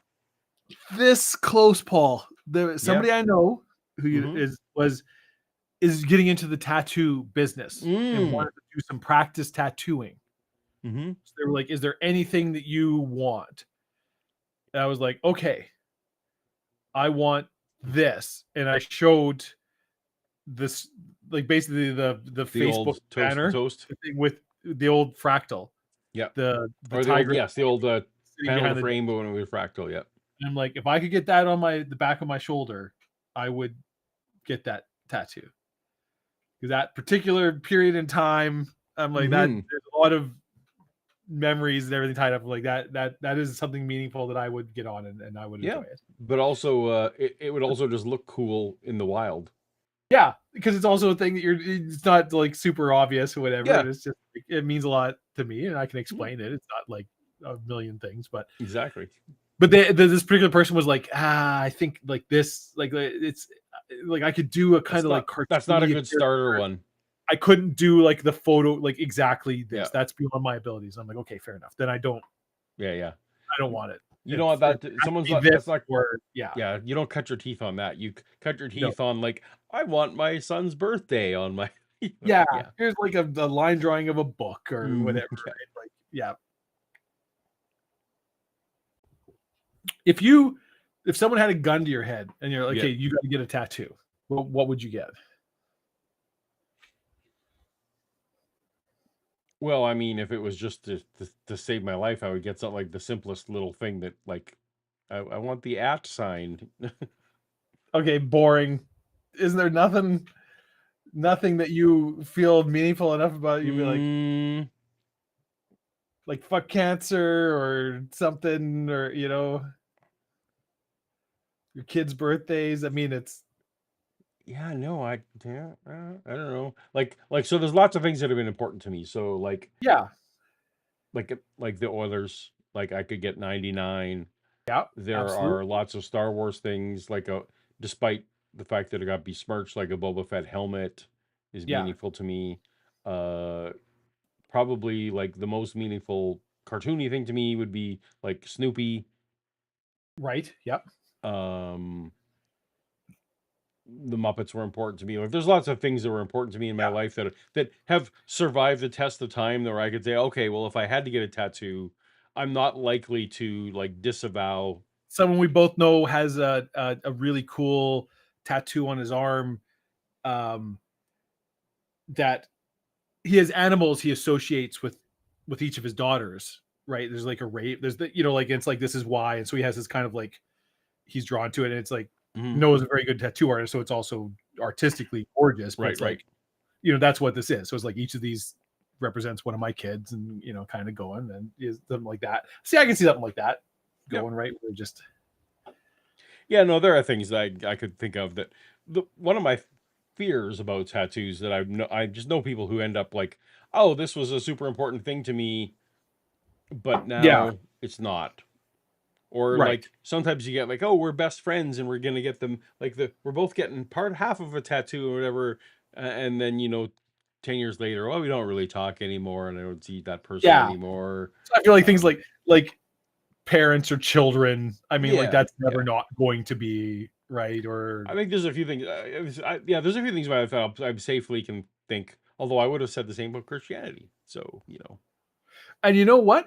I still think that would have been a good and meaningful because it that was if I got a cross or whatever, yeah, like this is who I was for what 30, 40, 40. whatever years. Yep. Yeah, right. Like, so it's like, I think that's still meaningful and not a bad, right? Where it's like, same as, I suppose, I still wear my cross every day. I wear it because of who gave it to me and why, and like, there's a lot of emotional significance. It's not because this is a particular religious icon to me anymore, but it's like, I'll never take this off because of what is associated with it to me. Right. And it's like, it was given to me when I was baptized, by my grandparents. And there's like this whole letter that was written and like this whole big thing. Not my grandparents, my parents, sorry. And it's right. So like, it means a lot to me, but not because it's a cross, right? It's because of, right. So it's just a thing. I would just get, alternately, I could just go, do not resuscitate on my chest. That'd be a good one. Yeah. Fully depreciated, still in use. Yeah. Remember the Maine. That's a good one. Yeah. Yeah. And that's a good, that's not bad. Tattoo. Yeah. Bellis paw print. Yeah. Oh, what are you talking about? Created by we got the crackles back. Crickle crackle. If I'd have known, I could have done something about that while we were chitty While chatting. I was going on a long irrelevant tattoo tangent. So I got a question for chat. Well, you can't really see it in the window, but I've got a big empty space on my wall. Squeak, squeak, squeak, next to this other movie poster. And I want another movie poster to go there. I'm trying to decide what movie poster I should try to get to put there. Any thoughts? Throw them out there. I've got a couple. I don't know why you haven't put a Big Trouble one there. Well, I have a Big Trouble. Oh, you do have a Big Trouble, yeah. Yeah. Spaceballs. And also, original Big Trouble in China movie posters are almost impossible to get. I've tried. But it's trivia time, Paul. It is trivia time. There's some good answers there. Ice Pirates, Dark City, Independence Day was definitely not going to be Independence Day. Buck Rogers. So if it was me, I would literally get, and I have them. I would get one of the movie posters that I worked on, obviously at Lucasfilm. Yeah, I don't have any cool. Yes, that's that is the best. Well, the second best Star Trek movie. Televangelist Kenneth Copeland has been criticized numerous times for his 3 private jets that God told him he had to have. How did he describe commercial air travel in a 2015 statement? Was it the closest thing on earth to the fires of damnation, riding in a carriage with plebeians, getting in a long tube with a bunch of demons, or being forced to spend hours sitting with homosexuals and Democrats? Some good choices there. There's some good choices. I feel like the one it should be.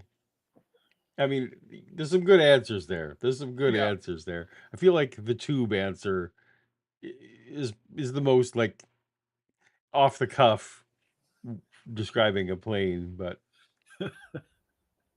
you'd be on fire tonight, Paul. Woo! Yeah.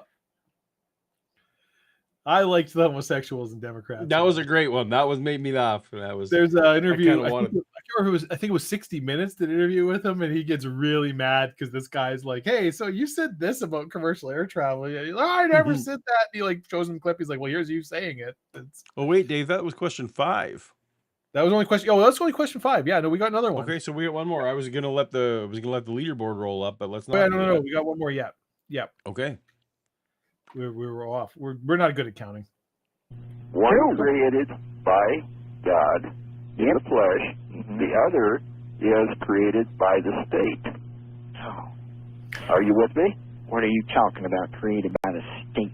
You have a birth Sounds like certificate, do you not? anti-government rhetoric. No. Do you have a birth certificate? Yes, I do. Okay, who created might that be birth right. certificate? Well, ultimately the Lord did, because He created everything. So if you're going to try and tell me that I should hate the government because I have a birth certificate and a social security number, and that I should be... I think my rant about this was off air because I think we left the stream, but it literally is the sovereign citizen notion is that you get that the government creates a parallel corporate entity to you, Right. you know, by giving you a birth certificate. Then the uppercase of your name is a corporate identity that's supposed, and that if the government tries to enforce anything about that, you just say that no, you're enforcing that on my birth certificate entity, and I'm free to go. It's a very, very sovereign citizen. Yeah. We'll see if that's where it is. Join your revolution and start blowing up buildings. Well, I don't think so, my friend. I love our government, and the fact that the New World Order is attempting to make us hate our government so that we'll accept their help when the time comes. So that, well, you don't like what they're doing. Your government's lied to you. Your government's experimented on you with chemicals and radiation. So why don't you just come and be a part of our big world, love, new order, and embrace the new age, leave your Christian American heritage to the past, burn your Constitution, give up your guns, and just join the new world order. No, I do not feel the fact that I have a birth certificate or a driver's license or pay my taxes or love the state that I live in or love America, that I am in any way a sinner, and that you would imply loving America. Hating those who hate America is a sin. You disgust me, and your type disgust me. And I do not think that it is. Are you sorry you said anything at all, sir? This is almost hilarious. Almost. Okay, what? Although weirdly, like if this guy, I don't think we're gonna get to it. I think Art's laughing him away. If it was a sovereign citizen versus JC, I'd be cheering for JC. Yeah. So. That's why it's funny because if it was anyone else, it'd be like, yeah, this is pretty much how I react to sovereign citizen. Yeah. Nonsense. We have super chats. We do. Vashanti says, a fundamentalist who hates extremists. What the fuck? See, that's actually super common. And in the 90s was even more so. Like, will not like extremists of other stripes, right? Because you're super hard outside of my viewpoint of a thing. Someone can correct me if I'm wrong, because I'm not American and I have only, my perspective from here. I'm not well studied on it, but I feel like the reason I brought up the Reagan shooting, I feel like the start of this whole Republican and Christian are hand in hand started around then. Like Reagan era and the shooting, to me, like as far as because as a kid I wasn't super up on the American politics, obviously. I feel like that is sort of the start of when some of that identity started to get closer and closer together. Yeah, I don't know. Or do you trace its roots back to like McCarthyism? And no, because I feel like Christians could be Democrats. The specific association of republicanism with Christianity. Yeah. Yes. I think I would say you were probably right. And it was sort of the like say no to drugs. It was starting to like embrace the we're gonna go start some family value type and some of the that I don't know if someone correct me in the chat, but I just feel like that was right around the time where that started to come together. So we'll see. Anyway, but so yeah, when I was a kid though, you didn't assume that someone who was a Christian was necessarily right-leaning politically. No, at all. Absolutely not. No. And there's when I was a kid in church, there were many people I know, church friends, who were very left-leaning politically. And to me, it is a weird thing because a lot of the notions of the New Testament, specifically the early church, are very socialist, are very left leaning, right? Like, right. And somehow it's this has become, but you're like Tommy Douglas, right? Which is a name that matters to Paul and I and Canadians, right? Like the father of healthcare, maybe the most socialist left-wing politician in Canadian history, was the son of a pastor and a fervent Christian. And that's what informed this kind of like welfare state idea, was the early church, and the church from Acts and things, like to sell your possessions, give all your money to the poor, live communally. That's how you should worship Jesus. That's what informed his political view, that the way you treat the least is how you view society.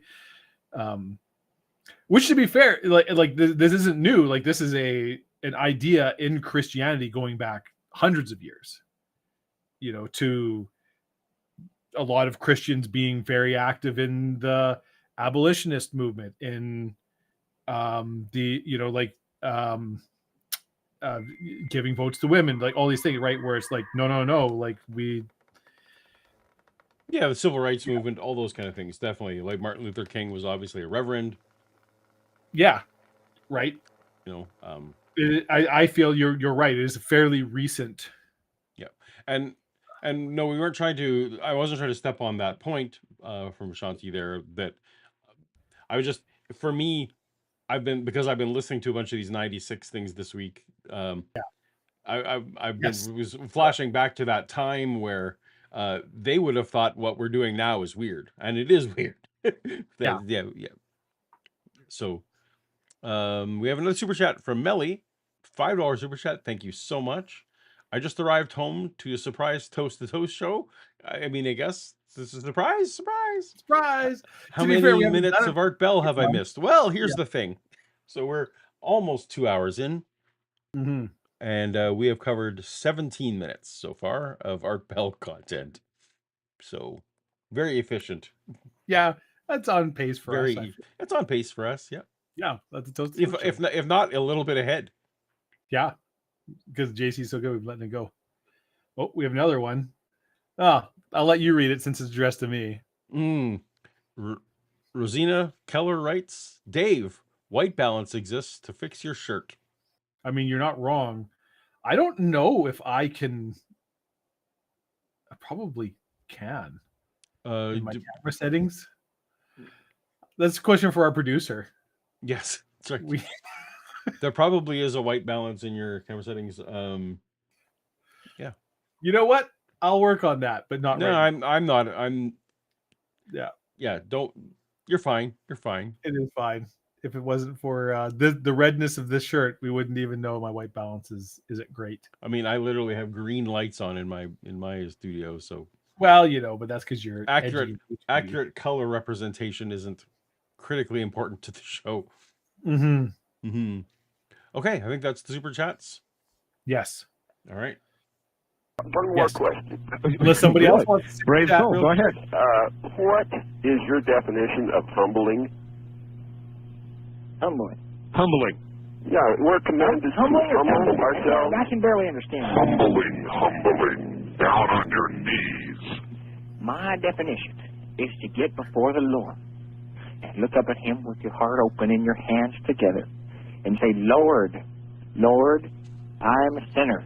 I have broken your commandments. I have rebuked and turned against your ways. I have adopted the ways of the world. You know what I want to know? Now, wait a minute. All right, let me stop you right there. I want to know what sins you've committed, JC. None. They've all been wiped away, wiped clean. Wiped clean. The slate has been wiped clean. No any sins. Committed them. That's a bit of a cop out. Yeah, it's not which sins are you going to be held accountable for on Judgment Day. It's which ones did you do? Yeah. So you did sin.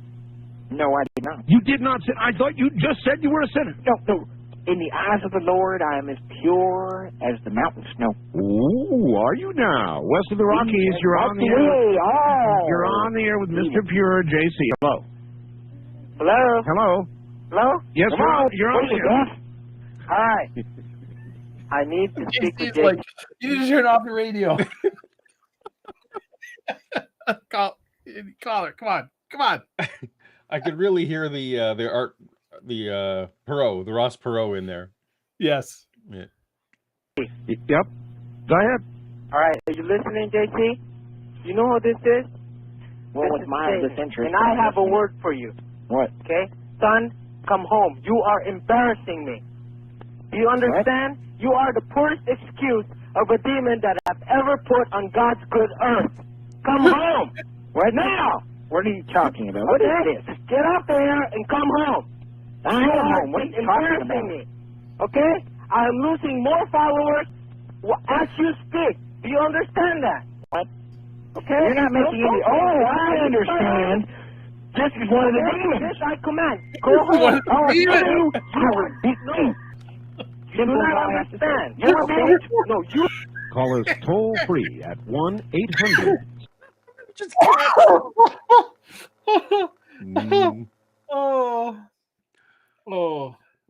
it's so good.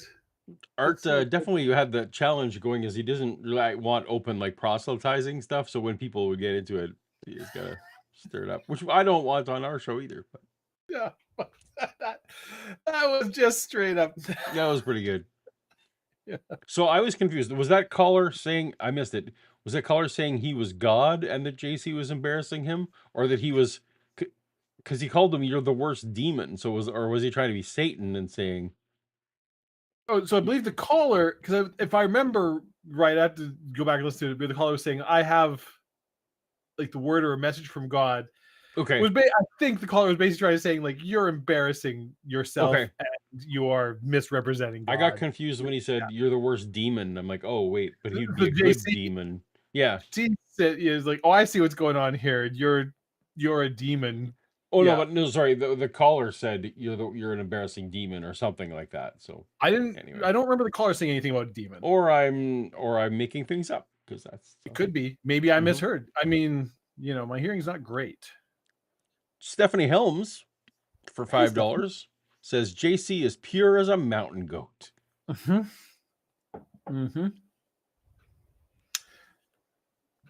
a mountain goat a unit of pureness that I'm unaware of? I mean, I feel like they're not very pure. Oh. Have you ever seen a mountain goat? I have. I have. One of my favorite pictures I've ever taken was of a mountain goat. Yeah. Where I used to live, we had them all over the place. Well, in the mountains. In the mountains. Just goating around. That's true. All right. We go. 618-8255. How dare you? How dare you? How dare you? How dare you use that word? How dare you? Oh, well, I took it out. JC, to show you what kind of nice guy I am. Oh, I see what happened. Someone said a naughty word. Yeah. And they would, back then even, they had the seconds of delay. Yes. I mean, because Art was on nationally syndicated radio. You can't have somebody being like, yeah. So, yeah. So that's interesting. So their bleep sound is their phone number. That's what we got there. Gotcha. I'm on board now. I took it out. I took it out. I took it out. Well, you heard it. They didn't. East of the Rockies, you're on the air with JC. Yeah. Lee from San Antonio. Fucking bad language, Dave. Yeah. I got sensitive fucking ears, Paul. San Antonio, Lee, you're gonna have to speak up real loud. That's a little close to Mexico, isn't it? Yeah. Yeah, sure is, JC. You live in California, JC. You live in California. Your state borders Mexico. But he doesn't live in the. He doesn't live. Yeah, he doesn't live in the icky southern part. Yeah. Yeah. Speaking of, I remember what I was getting. Comic-Con. Comic-Con's happening next week. San Diego Comic-Con. Yeah. I'm kind of. It's been a while since I've missed it.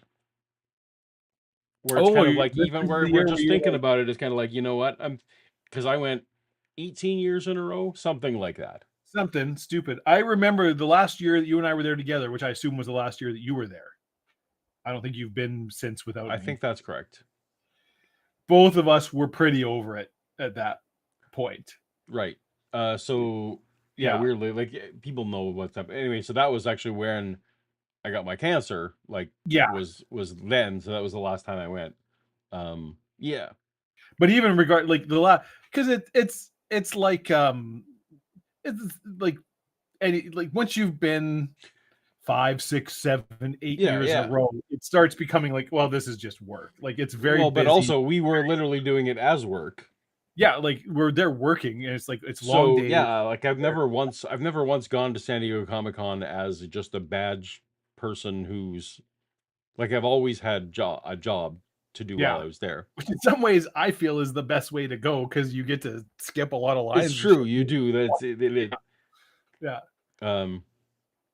I've not yet reached my wealth goal. My wealth goal at one point in my life was to be wealthy enough that I could get a small, like a 10 by 10 booth at Comic-Con. Just put a couch in it. Right. Have it all roped off and whatever. And that would be where I would go and like sit when I was tired on the floor. I feel like they wouldn't give you that. No, they probably like, because now there's such competition for that. Yeah. But I feel like if you paid enough money, it's not about money, right? They're just like, no, we're not. This is a blemish on the show to have some jackass. because, right. And actually, I would even be fine with like other people could sit on the couches when I'm not there, you know. But because what it would get you, as you mentioned, the best way to do the show is if you have an exhibitor or a professional badge. Because there's 150,000 fucking people lined up in the morning to get in. Yeah. Like it can take hours just to get in the morning. Exactly. But if you're an exhibitor, you're just got my badge. And that was more the point, was just to somehow get an exhibitor badge, but not exhibit. Right. Yeah. Yeah. Well, I feel like that part, the second part of that is where some rubber meets the road there. All right. So the trick. So here's Paul. Your wealth goal should be to be exhibiting, but you've got people who are actually running the booth. Whatever it is you're doing, you can just kind of like breeze in when you want. Oh, how's everything going? Okay, I'm going to go check out this panel with whatever. Yeah. So you have met me. Yeah. Mm-hmm. Do you think that there's any amount of money I could have? Well, this is where I come into this situation. That would make me stop working. This is why you need me. So I will be able to make, I'm the yin to your yang. We'll make this happen. Because it takes quite a bit of money to get me to start working. So we can we are a kind of good pair there on that front. So why the fuck am I doing this? Anyways, I'll tell you why, Paul. For these super chats. Well, no, first we're doing the trivia question. And then we'll do the super chats. A wonderful lead-in from my, you're ruining my transition there. Mm-hmm. God damn it, Paul. Denver pastor Eli Regalado Jr. was convicted of defrauding members of his church of over $3.4 million by convincing them to buy the only cryptocurrency backed by divine assurance. Was it Simony coin, index coin, blessed bits, or angel bits? What was the divinely backed, God proclaimed cryptocurrency that, spoiler alert, was not backed by divine assurance? And I know which one I want it to be. And I've learned tonight that the one I want it to be is sometimes right. So I'm hoping that it's number 3. I'm hoping it's blessed bits, because I think that would be great. I wish it was. Sadly, it's much more boring than that. Oh. It is the boring answer. Really? Is the index coin? It's index coin. Oh, that's stupid. That's terrible, Mark. No wonder it didn't do very well. Yeah. Yeah. Well, it was well enough for them to fucking convince people to give them $3.4 million to sell it. Oh. And entirely apolitically. Yeah. I delighted one of the presidential candidates thinks that they are also running a social media platform. And they're clearly not actually running a social media. They're running a blog. Yeah. Where they post things. Yeah. And that's the whole appeal of it. Well, no, that's a blog. That's not a social media platform. And my delight has been for basically for the stock market to figure out, oh, wait, that's not anything. You're not doing anything. You're making a blog. So, there's no... The stock has gone to the appropriate level. Oh my goodness. We have SJL. I feel like SJL and Vishanti have both previously won. I'm uncertain about SJL. I am also uncertain about SJL, actually. So I know Vishanti was, I believe, our very first Tumblr winner. I think that might be correct. But SJL can let us know in the chat. And also SJL, even if you have a Tumblr, you can get another one. You won. Absolutely have earned a second if you would like. Yeah. Some people are willing to pass on the Tumblr love. Now, if it was me, I would want a matching set of tumblers. I like matching sets of beer glasses and tumblers. So Also, a tumbler, works better when it's fully earned. Sometimes I'm a real selfish prick. So, but yeah, everything I say with a grain of salt. So SJL can let us know, and Paul@paulogia.com. You can email to arrange a delivery to an address of your choice. Yes. All right. Well done, everybody. It looks like 4 questions was like the top. This was a tricky one. 4 out of 6. It wasn't tricky. There was a lot of stuff that people were essentially guessing. I feel like I didn't know, but I just loved pulling up pastors and religious leaders who had bilked their followers out of millions and millions of dollars. Often multiple times. I wish I'd had the time to go into the history of each of these people that were in these trivia questions. Because so many times it's like they go to jail, they come back, they get in charge of something else religious, they do it again, right? Like they steal money again, people give them money again, and then they get in trouble again, and then they come back, and it's like, well, this time the person's clearly, they say they're sorry and God's forgiven them, so let's give them more money, and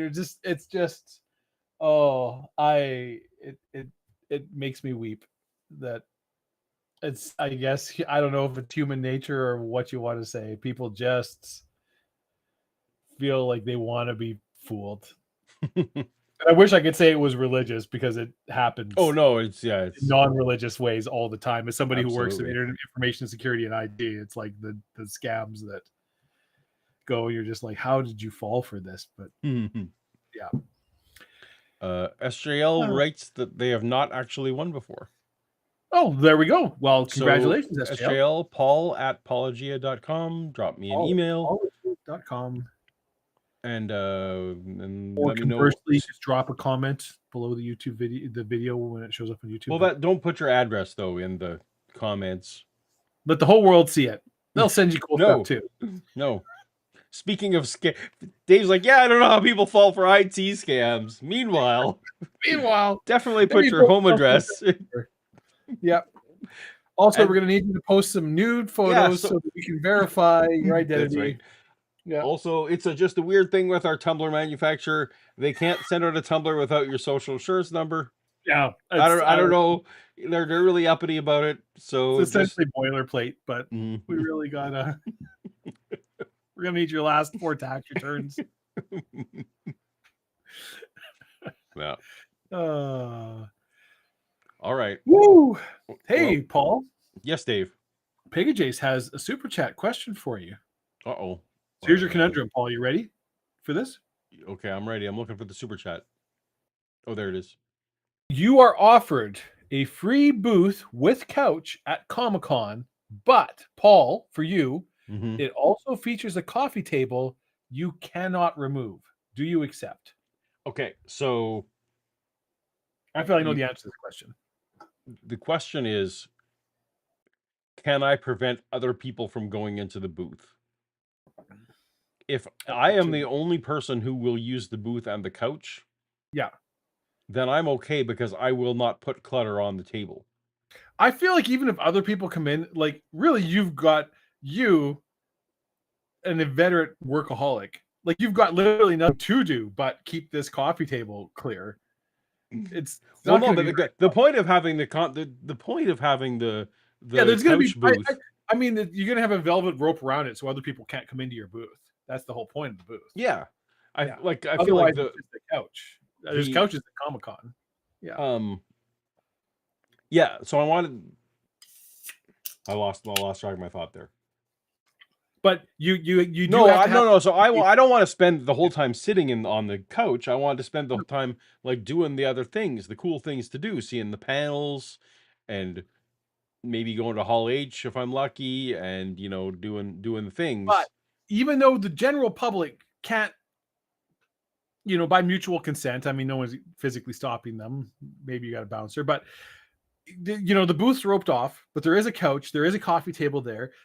People. We know people, like there will be people that will come, almost guaranteed that somebody at some point, probably a couple people, are going to just put things on this table. They absolutely are. See, you're right. Because I'm now remember when we did these shows, people who we know would come. I bought all this Lego. I bought Lego, or I got this new cool poster, but I don't want to carry a poster around all day. Can I just stick it in your booth? And our booth would be at the end. It would be filled with who left this stuff here. You're right. But you will for the benefit. But for you're getting a free booth at Comic-Con. Yeah, I feel like what that. I feel like the free. Yeah. I feel like I would just have to be very regulated about this clutter. It's just ain't no such thing as a free lunch. So this is the price you're paying. You're not paying dollars. You're just going to have to for 5 days. And I don't have to live there. The coffee table. Yeah. Okay. Yeah. You will admit though, Dave, when people would pile up all their garbage and stuff, I was very good about making sure that that didn't become clutter, that people couldn't see it. So if from the side of the customers, they wouldn't know that we were 3 feet deep in people's garbage. Yeah. Nuzzy D posted a very relevant and accurate. George Carlin noted. Have you ever noticed that their stuff is shit and your shit is stuff? That's right. Yep. Yes. Yep. That's it exactly right there. That is correct. Yep. Yeah. Their stuff is clutter and your clutter is stuff. But yeah. Oh in my case, my stuff is also shit. I feel like but that is true. You're not a hypocrite. I'll give you that. Yeah. All right. Well, now we are back to the art. And JC. Yeah. My friend, have you read Luke? Nope. I've read the entire Bible. You should. I don't need you quoting Bible at me. I'm here to talk about the new revelation as well. All right, he just wants to know if you read Luke. That's all. No. You need to be more interested in chapter 6, verse 37.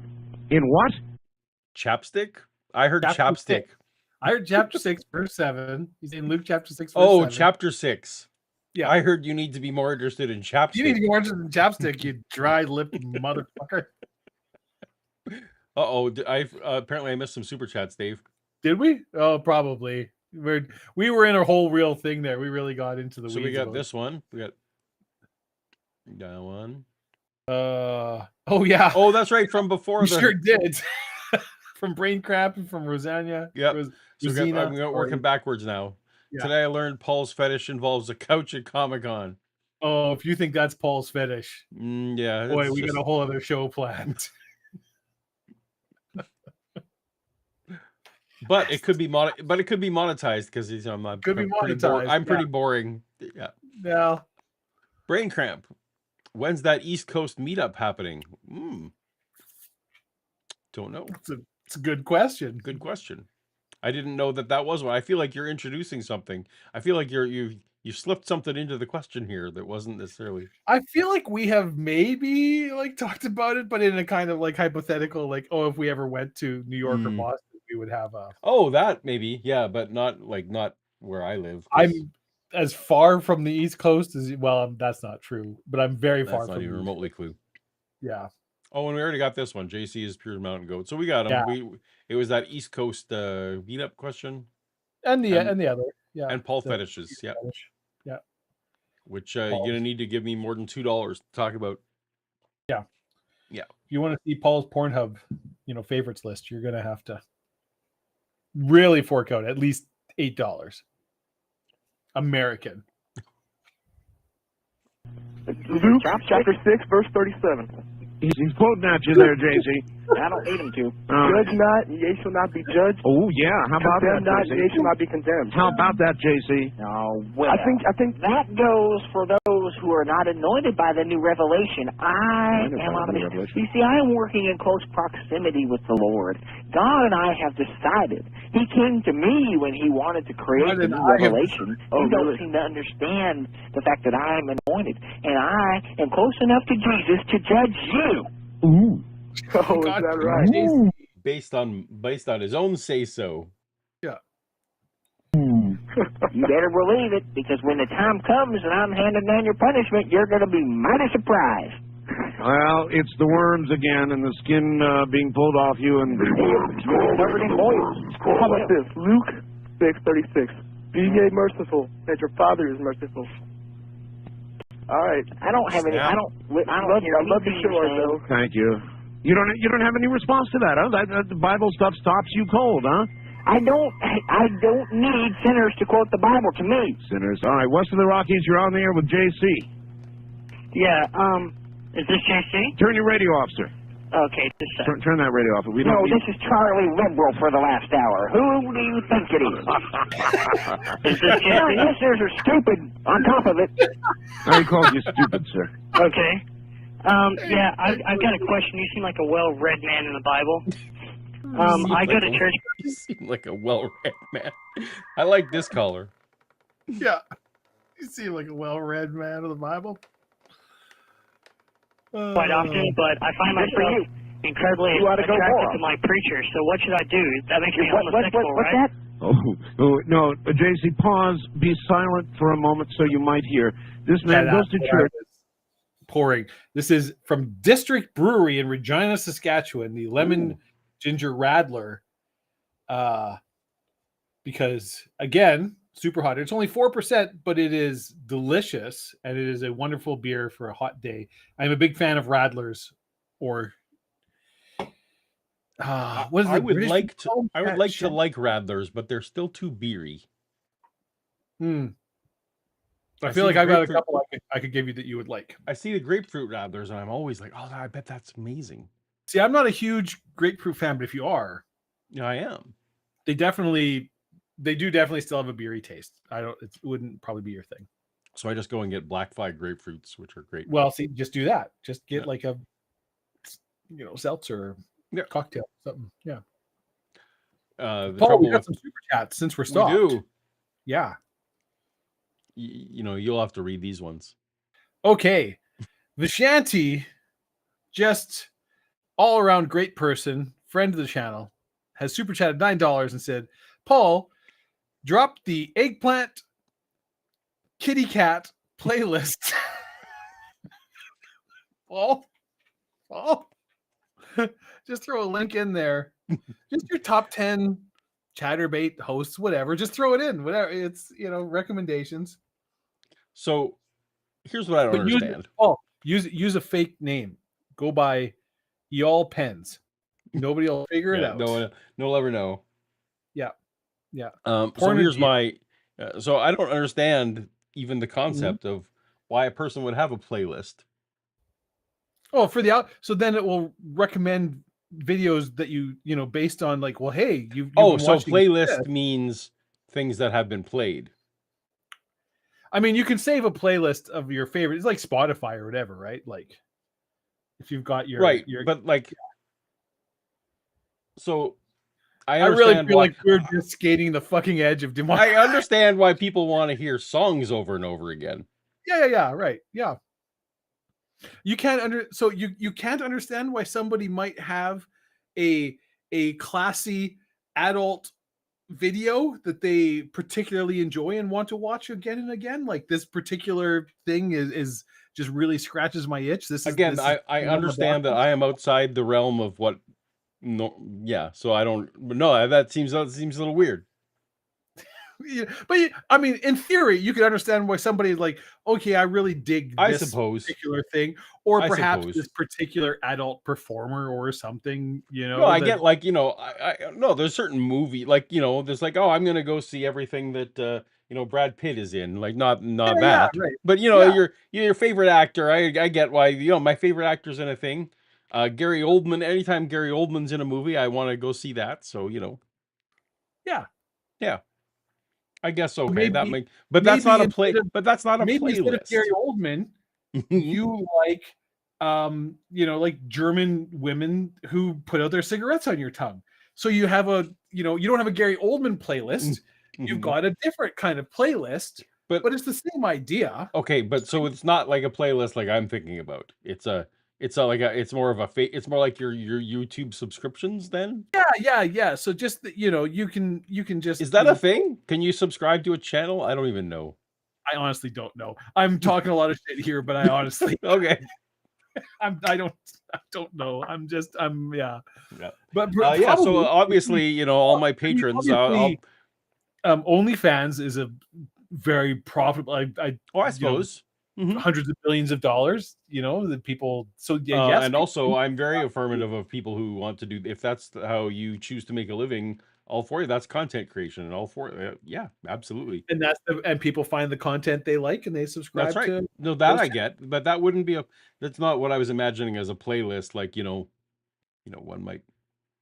At least this conversation. But so obviously, yeah, it's two people who really don't argue about something, and I'm just picking a position. Yeah, obviously all my patrons have had access to this for a long time, so I don't. Vishanti, you. Yeah. Throw Paul a fucking bone here. Pun very much intended, and you can get in on that too. But hey, Paul, there's another super chat. Yeah. From a very generous supporter tonight. Super chatting over and over again. Rosina, C. Bottom Creature Keller. It's nearly $10 American. I bet Paul skips step person videos. Well, I don't know what that is. I'm scared to Google it and find out. But yes. Good bet.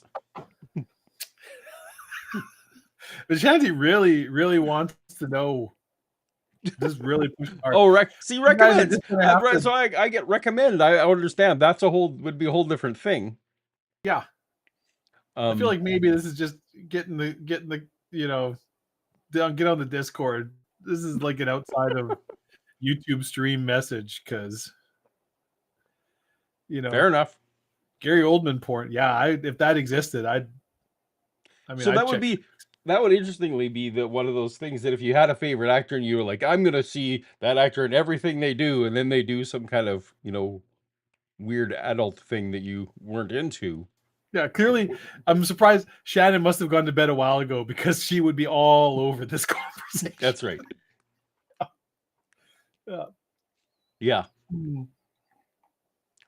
Yeah, I'm not gonna. No Google comment, but yeah, but you. Her list is probably available somewhere. Okay. I don't. So okay. Like I don't. Okay, I don't want to get into it because I don't want to yuck somebody's yum or whatever. But the whole incest porn thing, stepsis, mom, whatever. I don't get it. I feel like that's maybe something you should. I do because it's if this is the. I think it's weird. It's because it's not incest. Yeah. And I laugh because one of my favorite thing to watch these days is House of the Dragon, and I have to laugh that it's literally like it's just the incest show. Yes, like the whole show is just incest show. Yeah. And here I'm not likely to be monetized now because I've said that word 9 times in a row. I don't think it demonetized. You get monetized for incest. Yeah. So no, I get the appeal there is that you're thrown in with people who aren't related to you. In very familial ways. I guess Shanti makes it's the taboo aspect of it. The that this is something you can't have in the real world. But right, but no, but it's also it's like it's there, right? Like you say, oh, you're that person's living in my house, so like I get why. That makes some sense. But I mean, House of the Dragon is very much like a Habsburg or the royal houses of Europe, where it's like, oh yeah, fuck, there's this incest like crazy because you can't mix with the commoners. But it turns out everybody who's not a commoner is directly related to me. So here we go. Yeah. You know who has a good opinion about all this stuff? JC. Me? JC, yeah. Paul likes Pink Floyd, Rammstein, and surprisingly Jim Croce. I don't know what any of those things are. You fuck right off. You know who Pink Floyd and Rammstein Pink Floyd, are. The Wall. Yeah. We don't need no education. That's literally like the extent of. It's my favorite band of all time, so I feel like we need to have a conversation. You know, but you know Rammstein. Like you're aware of. No, I don't know. I don't know what that is. You don't know, like Du Hast, America. They're a very famous metal group for multiple decades. Okay. Jim Croce, I don't know. Some of their songs, I don't know. Yeah. Okay. We're done talking about it. We're just gonna move on. Yeah. All right. So we got Timothy Harmon critiquing me. I don't know what this means. How can you not know who Rammstein is? I don't know who Rammstein is. I also don't know what NAIF is. Paul, you NAIF. Sometimes it is. I don't know what that is either. NAIF it's like fool. Oh, I see. Ignorant person. Yeah. Well, that's something an ignorant person wouldn't know. Yeah, there you go. See, so fits in your so I'm telling on myself. Yeah. Shoot. Okay, this stream is taking a weird turn. All right, so what makes me laugh is that I love using the Woody Allen. Whenever I want to embarrass Paul or go, I try and throw in a Woody Allen was right or did nothing wrong reference. So I am still, and I'm working through it. I really should be in therapy. Whatever. You know, I still have a lot of conservative Christian baggage going on just in my life. So there's just whole things. But anyway, I can't have in the real world Woody Allen. Yeah. I suppose can't was maybe too strong a word. Yeah, shouldn't probably. I more meant that. And you know what? I don't know if that's necessarily conservative Christian baggage. No, just maybe it's not cool. 40-year-old dude. Maybe it's not. Yeah. To be linked romantically with a 16-year-old. Maybe. I wasn't meaning physically impossible. I was more just meaning, that the average person. There's things, some social taboos exist for very good reasons, and we should acknowledge that. Should I read this? Yeah, go for it. My college roommate's boyfriend would play a mix of all the music he owned during their adult fun time. And she said that one time the Imperial March came on while they were in the middle of things. I mean, there's a rhythm for you. It's a march. I feel like there are a lot worse songs than that. Yeah, it keeps time. Yeah, it's a march. It's literally a march. Yeah. Also, it's that you can throw in a "Who's Your Daddy" at that point.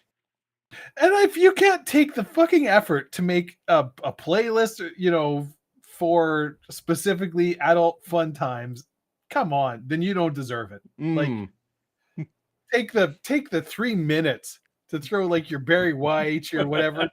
just get it. There's probably people have made playlists. Like, you can just I guarantee Spotify. Hey Alexa, play Naughty Times. Yeah. Just Also, I'm hoping that neither of the Alexas in my house heard that, and that now in the background. Yeah, my darling, I can't get enough of your love. Where Shannon wakes up, it's like, why is there makeout music happening? What's going on? Yeah, you know why. Uh-oh. Dave. Uh-oh. Yeah. Our stream has lost the plot. Well, this is how I know people haven't been in for the first time in the history. For the first time ever. You've gone off into the weeds. All right, well, let's see if we can cover a couple more minutes. This is all her fault. Finds himself attracted to his preacher. Is that what you said, caller? Yes. Oh, you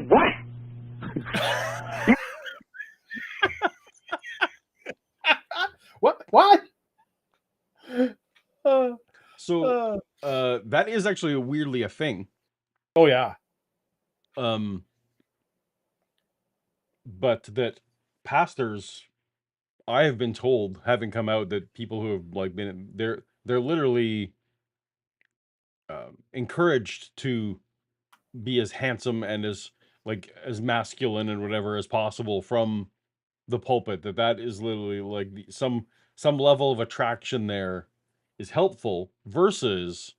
Well, I mean, it's a reason you don't see a lot of unattractive movie stars. Right, exactly. And then it's good for recruitment and for the giving. Also, I have been not at the church that you and I went to, but I have been involved with worship teams where there was discussion about having people not be on the worship teams because of their physical appearance, because it was not necessarily to the standard that they wanted on stage for attractiveness. Ooh. Oh dear. Yeah.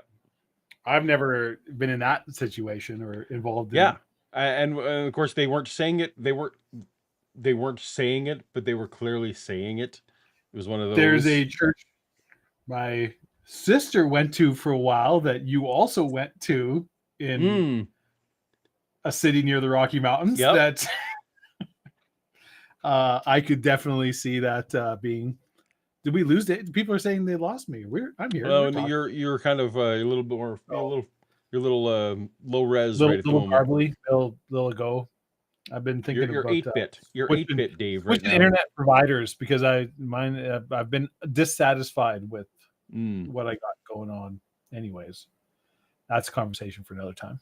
All right, so now we're talking about being attracted to pastors. So here's a great stream we got going to.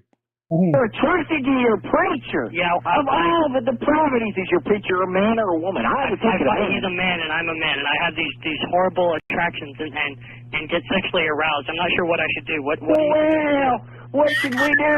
Should we have a party for you? Your big coming out party on the Art Bell show. I love my preacher. I can't help but look at my preacher and lust for his body. Well, you're obviously obsessed. I think he does. I think you understand, JC.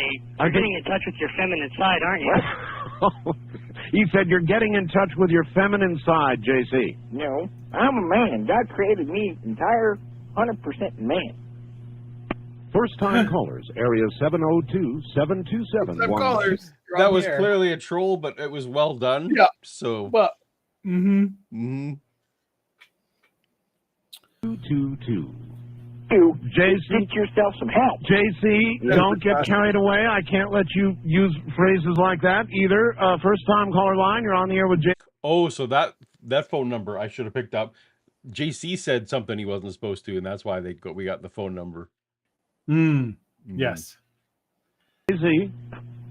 Well, the man. Wait a minute. Before no, don't go backtracking, or I'll have to hit the thing again. That's all right. Go ahead, caller. Yes, Art. This is Bishop Adam. I am the bishop of a very large Christian congregation. There you go. What and I'm taking I am taking an immense amount of issue with this man who pretends to be a Christian. All right, Bishop. Why? I would like to have, if with Art's permission, just a little debate with this. All right, JC, you better listen. This guy's a bishop. Go ahead. A bishop of what? But you haven't told me what faith. I am the bishop of a congregation of worldwide 100,000 people, and my name is Bishop Adam, and this is the Rainbow Church of Eden. What? Rainbow Church of Eden? Yes, we are. Are you based out of San Francisco? Are you a friend? No, I'm from back east. Rainbow Church of Eden. Well, hallelujah! You're Googling this? Dre, see if we can.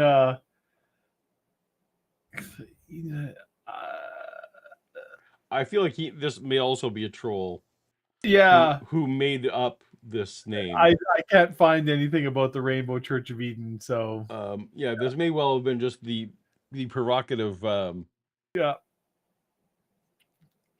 So Frank Turek this week, who's an apologist whom I've debated and covered on my show several times, he posted something this week. He was like, and his whole social media is literally just meant to be engagement mining.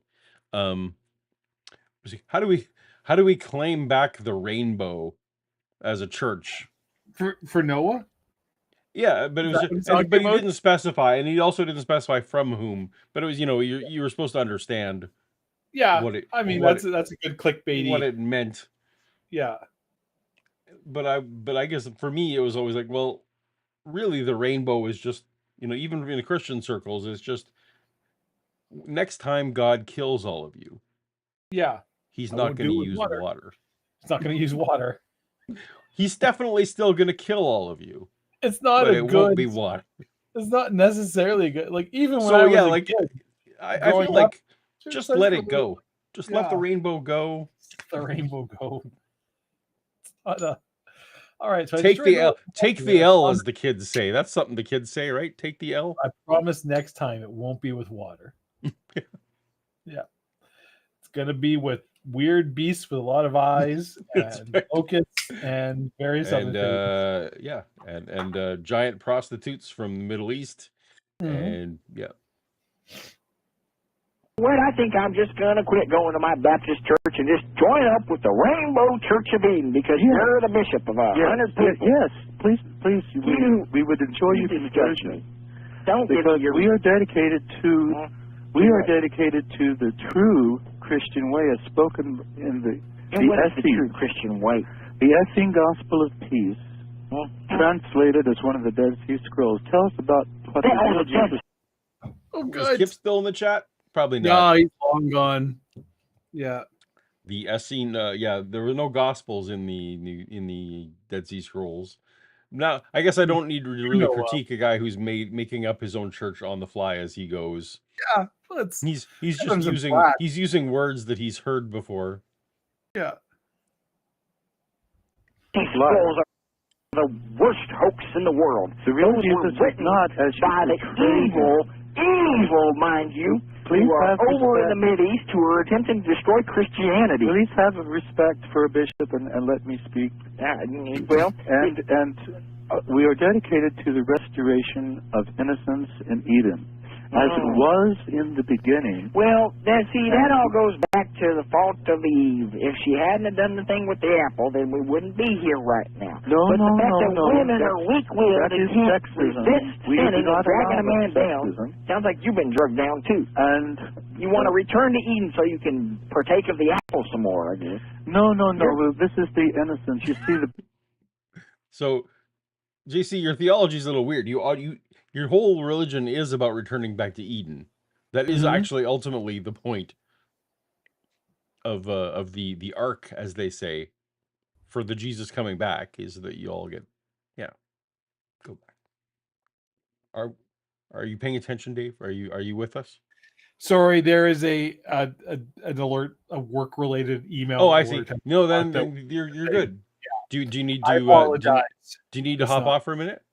No, I do not. The trouble began when people began wearing clothing. Oh, and I see. God's we all run around naked. Is purity, a childlike innocence and purity, and He did not mean for man to wear clothing. Do you hear that, JC? People shouldn't wear clothing. Well, because how can you say that that body? I differ with you on that. Tell me this: is the human body beautiful, or is it bad? It's a repulsive thing. Okay, so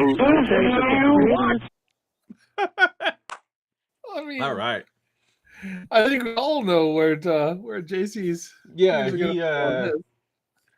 Sex is terrible, and you put up with it because baby's got to come from somewhere. Baby's got to come from somewhere. So you hold your nose, as it were. JC's not. I feel like he maybe hasn't thought through all his theology because, yes, clearly. I mean, clearly this person watched Toast to Toast because. That's right. I'm a very sexual person.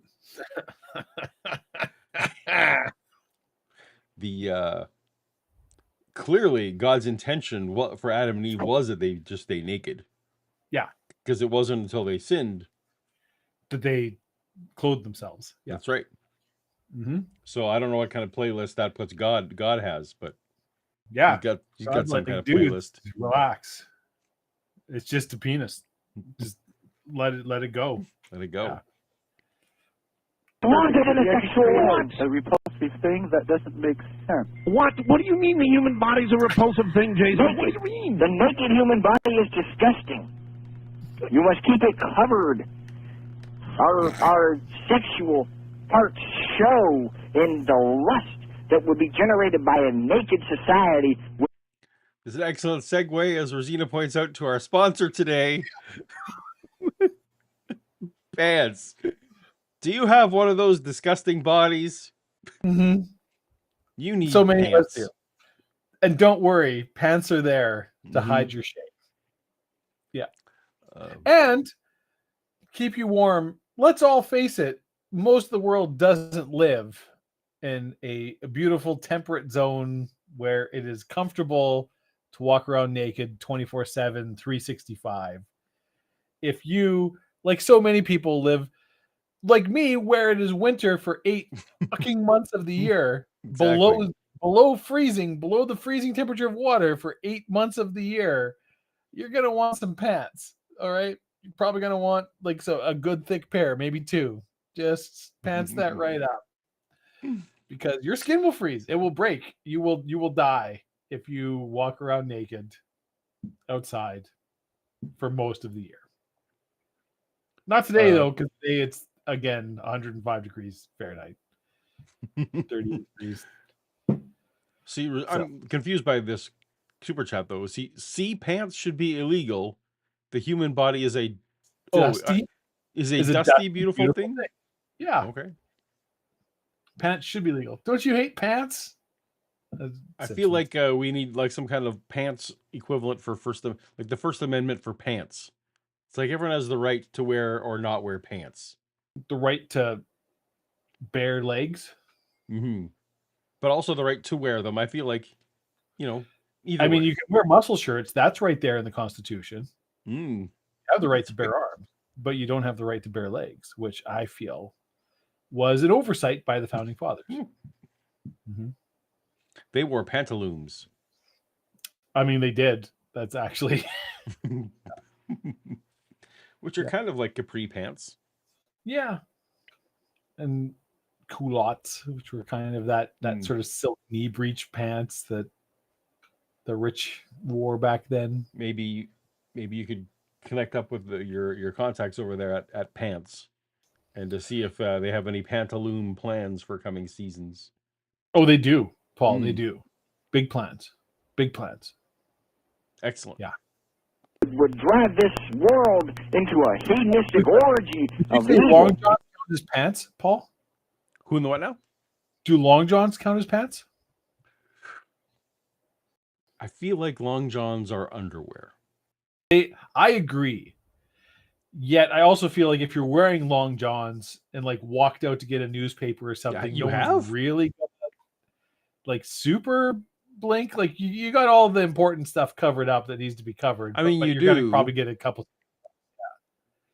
But you're clearly wearing underwear.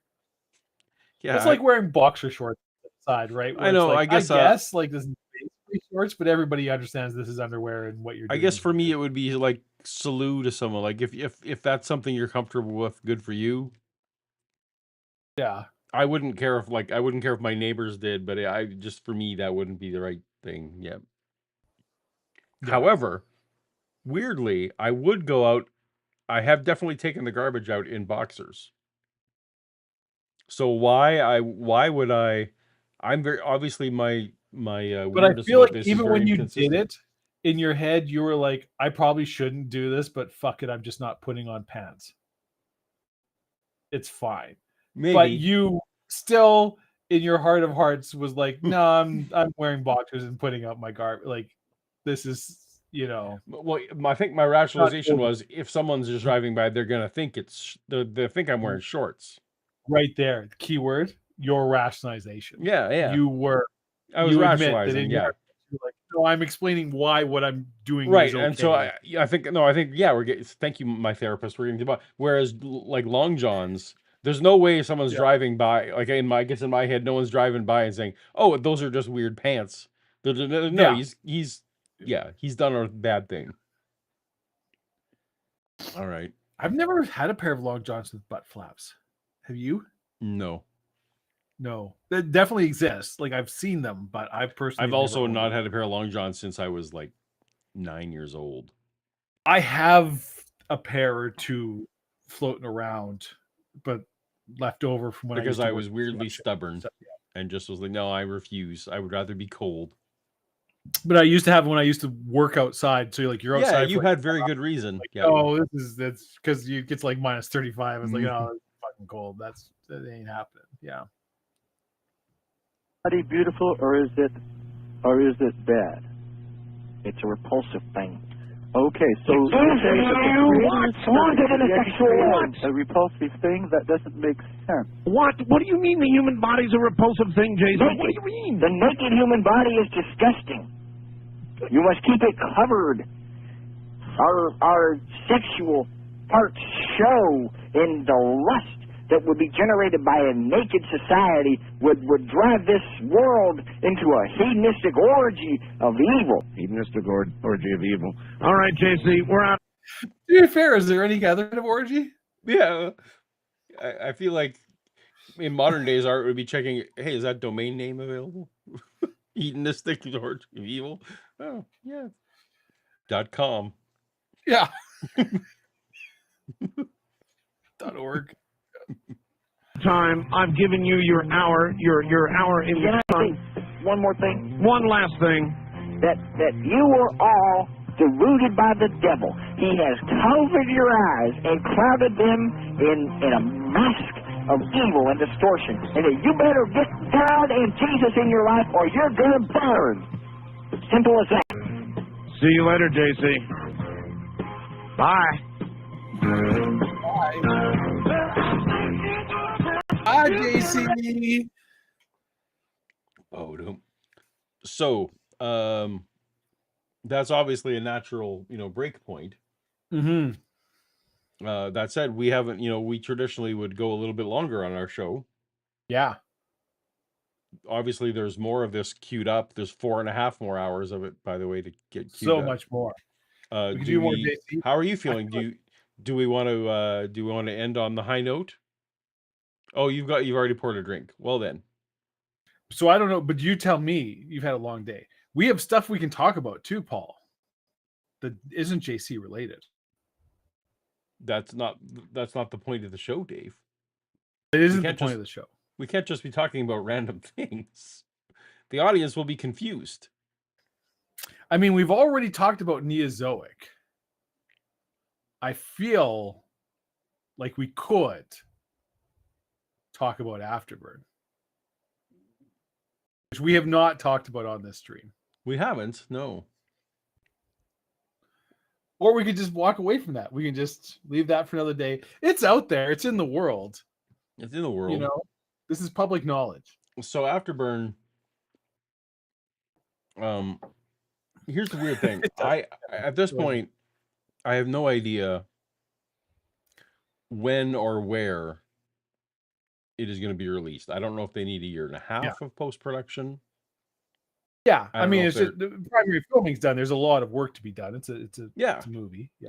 And also, while they have distribution in many countries secured, they have not actually signed an American distributor, as far as I know. Right. So the nature of the release, will it be straight to streaming service?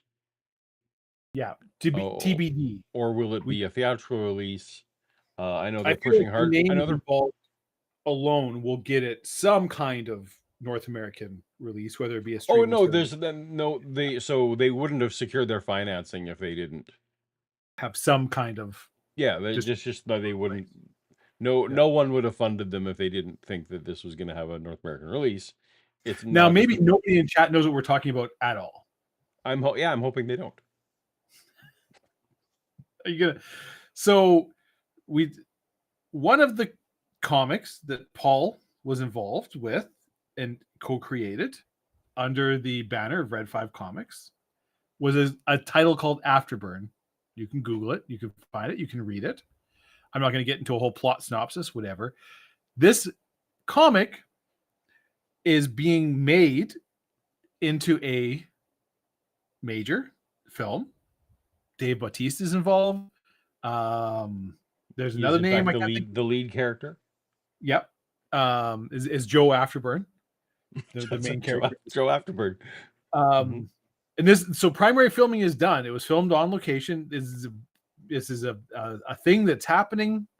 It is going to be available to be watched at some point. We don't know exactly when. Just it's a lot of post-production. So there is an actual Hollywood movie, as you know, Tommy Wiseau would say, that our friend Paul here is heavily involved with, was a co-creator of, and this is happening. This is a real. We're waiting to see. This is very exciting. Yes, Olga was in it. And my favorite, the guy from Game of Thrones, one of my favorite guys. I really should learn his name, because when I meet him, it'll be embarrassing if I don't remember his name. Hey, just like you're the guy from Game of Thrones. Yeah, you're the guy from Game of Thrones. Hey, Game of Thrones guy. Yeah. I was seeing if I could find production photos, but anyway. But yes, it is a thing that is happening. I don't know why we're bringing it up. It's not really relevant to the show. We talked about Neozoic and Comic-Con and a whole bunch of other stuff already tonight. I feel like it is relevant. Yes, I will have and I will probably once there's a release date and a trailer. Yeah. You probably won't hear me shut up about it. I'm sure I'll be. I mean, you've already been posting about it on social media and stuff. That's why I'm like, this is not Paulogia though. Oh, well, fair enough. All right, sorry. Now, No, I don't. I don't cross those streams. Oh, fair enough. Yeah. I do. Here we are.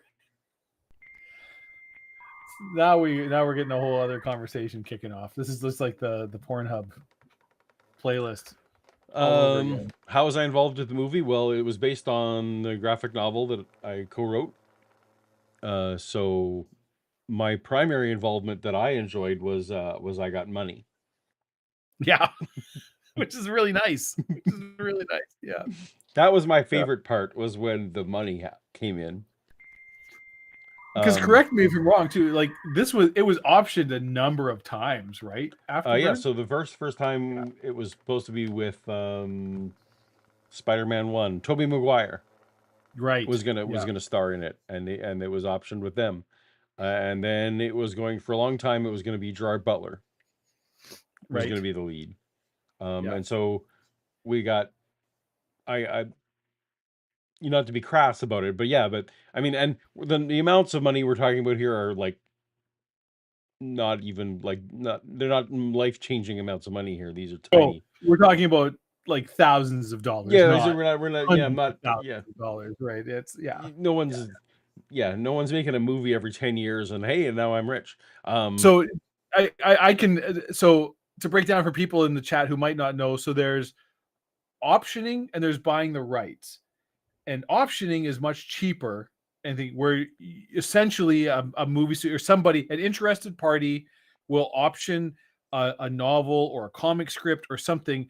And really what they're saying is that nobody else can make a movie about this, or if somebody comes to you and wants to make a movie of this, you have to come to us first, and we have the option of buying your script, your rights before, but it's only for a certain number of years, and it's basically we're just locking up essentially rights of first refusal. Like nobody can steal this out from underneath us. We have the opportunity to make this movie if nobody else does for the next 5 years, 3 years, 2 years, whatever the option is on. And sometimes they'll get renewed and go. So it's a lot less money involved than straight up buying the rights to something, where you can be like, okay, I can make a movie, I can make a TV show, I can do different things. There's a million variations of rights contracts, but so there's options, there's rights. Option deals are a lot more common, but they aren't life-changing amounts of money. It's one of those things where it's like, it's nice, you get some money, but ain't nobody retiring. Yeah, no. So off. I just want to make everyone clear. I was making a bit of a joke about my favorite part being the money, because that was intended to be humorous for those of us who are on the inside. Yes. Yeah. But so for this movie to happen, this moved from the phase of being optioned to somebody actually buying the rights, and we're making a movie, we're making a deal, whatever it is, but it's going to be a more, and then blah blah blah, all kinds of negotiation stuff can happen. We don't need to get into the nuts and bolts of whatever the details of this is, but it's a different thing. But optioning, that's so Afterburn was optioned. When I was still in Red 5 and going, I think at that time it was the single most profitable title for Red 5 because it had been optioned. Oh yeah, it wasn't our bestseller by any stretch, but it was. But it was the same thing, like Tobey Maguire and Gerard Butler and different people, and it kind of kept getting kicked around. And movie studios were really like, "Well, we'll give you some money to kind of lock this up, and maybe we'll do something with it." And then 2 years later, it's like, "Well, we're still talking about it, so we'll give you some more money to maybe." And 2 years later, it's like, "Well, we're still talking about it, so we'll maybe give you some more money to keep this ball rolling down the road." And that was kind of Afterburn. Anyway, I don't want to make this show about that, because that will never be what my channel's about. But it is a thing that's happening. My involvement with the I got to give input on the first couple of drafts of the script, which was generous. They didn't have to do that, but I did. But what actually filmed was, I believe, the 8th draft of the script, and I didn't see anything from the 2nd to the 8th draft, so I don't know. So who knows how much of your input? Yeah, exactly. Which is the way it goes, right? Anyway, but and then my name will be on the screen because story by. Now you'll have another Paulogia, entry in your IMDb page. That's right. So I wasn't ever going to bring that up, but Dave did. So thanks, Dave. I did because I'm Paul's ego for him. You go rogue. Yeah, I go rogue. Yeah. And just to bring us back down here. We also talked about incest, Dave. We sure did. That's toast to toast, folks. Welcome to the show. Yeah. We had a long conversation about incest. We had a long conversation about what you would do if you had a booth at Comic-Con with a coffee table, but you can't stop people from putting their shit on the coffee table. It's gonna happen. Yeah. That's right. Yeah. We talked about The Acolyte for quite a while. Yeah. Did you watch season 1 of Silo, Paul? I sure did. Oh man, I'm really excited for season 2. Is it coming soon? I think filming's done. Okay. Well, filming is done for I'm trying to remember. I believe there is a date for it. I can't remember if it's the end of this year. I think it's early next year that Silo season 2 comes out. I'm genuinely sad that I have read the books and know what's gonna happen. I wish I didn't. Yeah. All right. So, Dave, do you think we should? How's your drink looking? I mean, I got a little bit left. We can keep going, or we can wrap this up whenever you want. Well, let's get a little sneak peek of what's next for JC here. See what he or she or they say.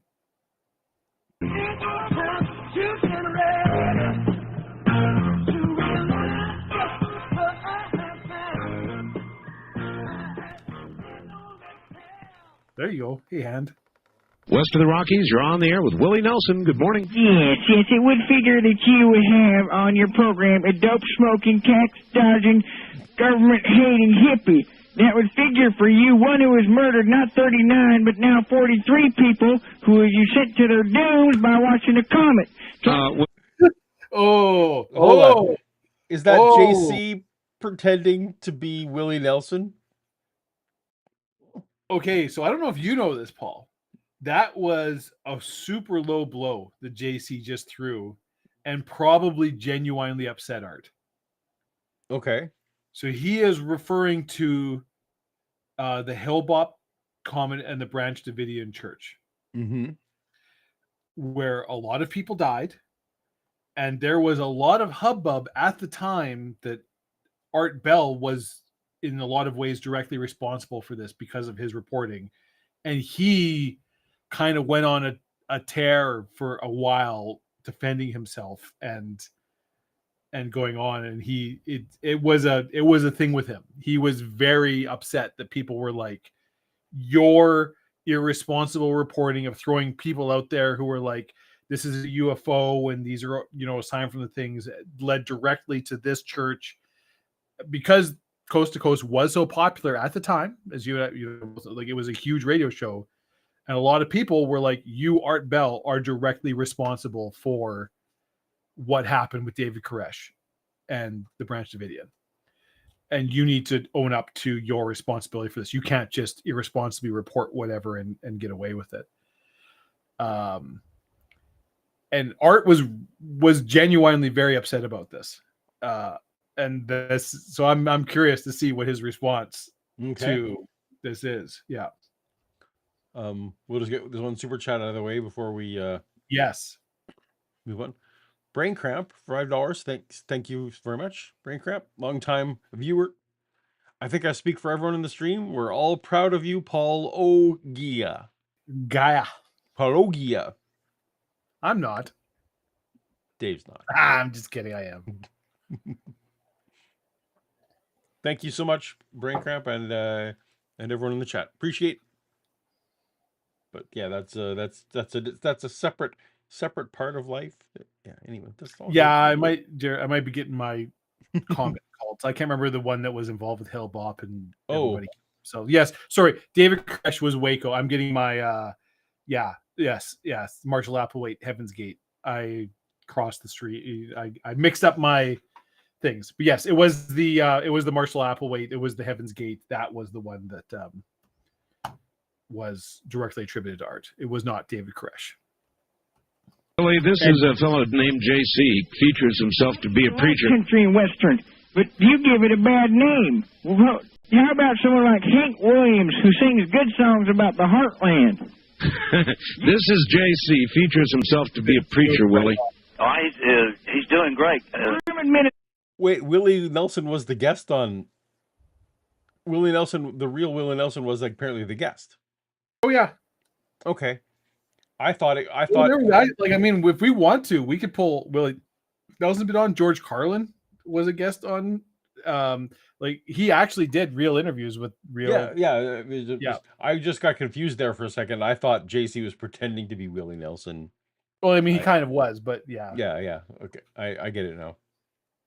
The new revelation from the Lord, and you are against the Lord's work, just like the gentleman who told the gentleman with the T-shirt that he has to take that off, that he was causing disruption among those who were there to follow the true faith. And at Art Bell, Willie, he thinks I'm the Antichrist. Well, you've murdered. Your body count's piling up. You can't say that you're this decent morality. He's talking about the Heaven's Gate suicides. And you're trying to dodge blaming that on me. Oh, you're trying to dodge that. I didn't know whether you did it or not, Art. It revealed that you were at the... JC. What do you want? JC, you left your motor running. Yeah. No. Be calm, JC. Yeah, I am calm. No, you're not. You're never calm. I am calm. I have love in my heart. Yes, I am. Are you trying to say that I have a problem? No, I don't. I have a problem with the fact that you bring on subversives onto your program who are trying to say that the government... Subversives? All right, JC, enough for now. Are you holding your nose while you're talking? I've often wondered about that myself, Willie. Mercifully, he seems to be gone. But he'd just go on and on if I let him. Are you a proud subversive, Willie? Am I a proud subversive? Yeah. Hell yeah. Yeah, I know. That's the way I feel about it, too. West of the Rockies, you are on the air. Good morning. Hello. Where else, Paul? Where else are you going to get this amazing commingling award? I didn't know we were going to have a Willie Nelson, guest spot on Toast to Toast. This is why we love Coast to Coast so much at Art Bell. Yeah. Oh yes, I want to say that you should not be on. Willie Nelson interacting with JC and George Norrie. It's the crossover we didn't know we needed. Yep, exactly. Television spreading your horrible corruption. Oh, well, look, first of all, I know who you are, and you know that I know who you are. Turn your radio off. Oh, wait, all right, hold on. Even you have got to turn off your radio. Those are the rules. And All right, well, quit bossing me around and let me get my word in edgewise. all right, let me hear what you can do edgewise. Well, first of all, I just want to say this whole thing about pet foods, it's so what? I mean, it's just meat, and if you're going to throw it in there in the stew, they're just dumb animals anyway, and especially those evil, filthy cats, they would be cannibalizing humans if they could get their tiger paws on us, if you ever see... How can a cat cannibalize a human? Yeah, anyway, technically, that's not how cannibalism works. Yeah. Does he thinks that anyone eating a human is cannibalism? Yeah. Yeah. That's fair. Yeah. Yeah. I mean, especially with that person, if don't trust cats. No. Or tiger that killed that trainer in front of all those people, you know that they're filthy, vicious devil animals, and they're perfect for you and your. Creed and Roy. Mm-hmm. When the tiger didn't kill him, but as he said, but attacked. Absolutely did. Yeah. But as far as I'm concerned, they could melt them all down, and I don't really care. Did you say evil, filthy cats? That's true. That's true. That's the most disgusting thing I've heard from you yet. I mean, this really tops it all. Well, of course there. For those of my audience who know who Ken Ham is, Ken Ham very much shares this opinion about cats. Oh, Ken Ham is that cats are evil? Yeah, he hates cats, and he says he often wishes that Noah had forgotten to bring the cats. I mean, so I'm not an anti-cat person, but like, that's fine to have an opinion to be like, I personally don't like cats, but to say that cats are evil or the devil. Ken Ham says it in a much more jokey fashion. Yeah, than this.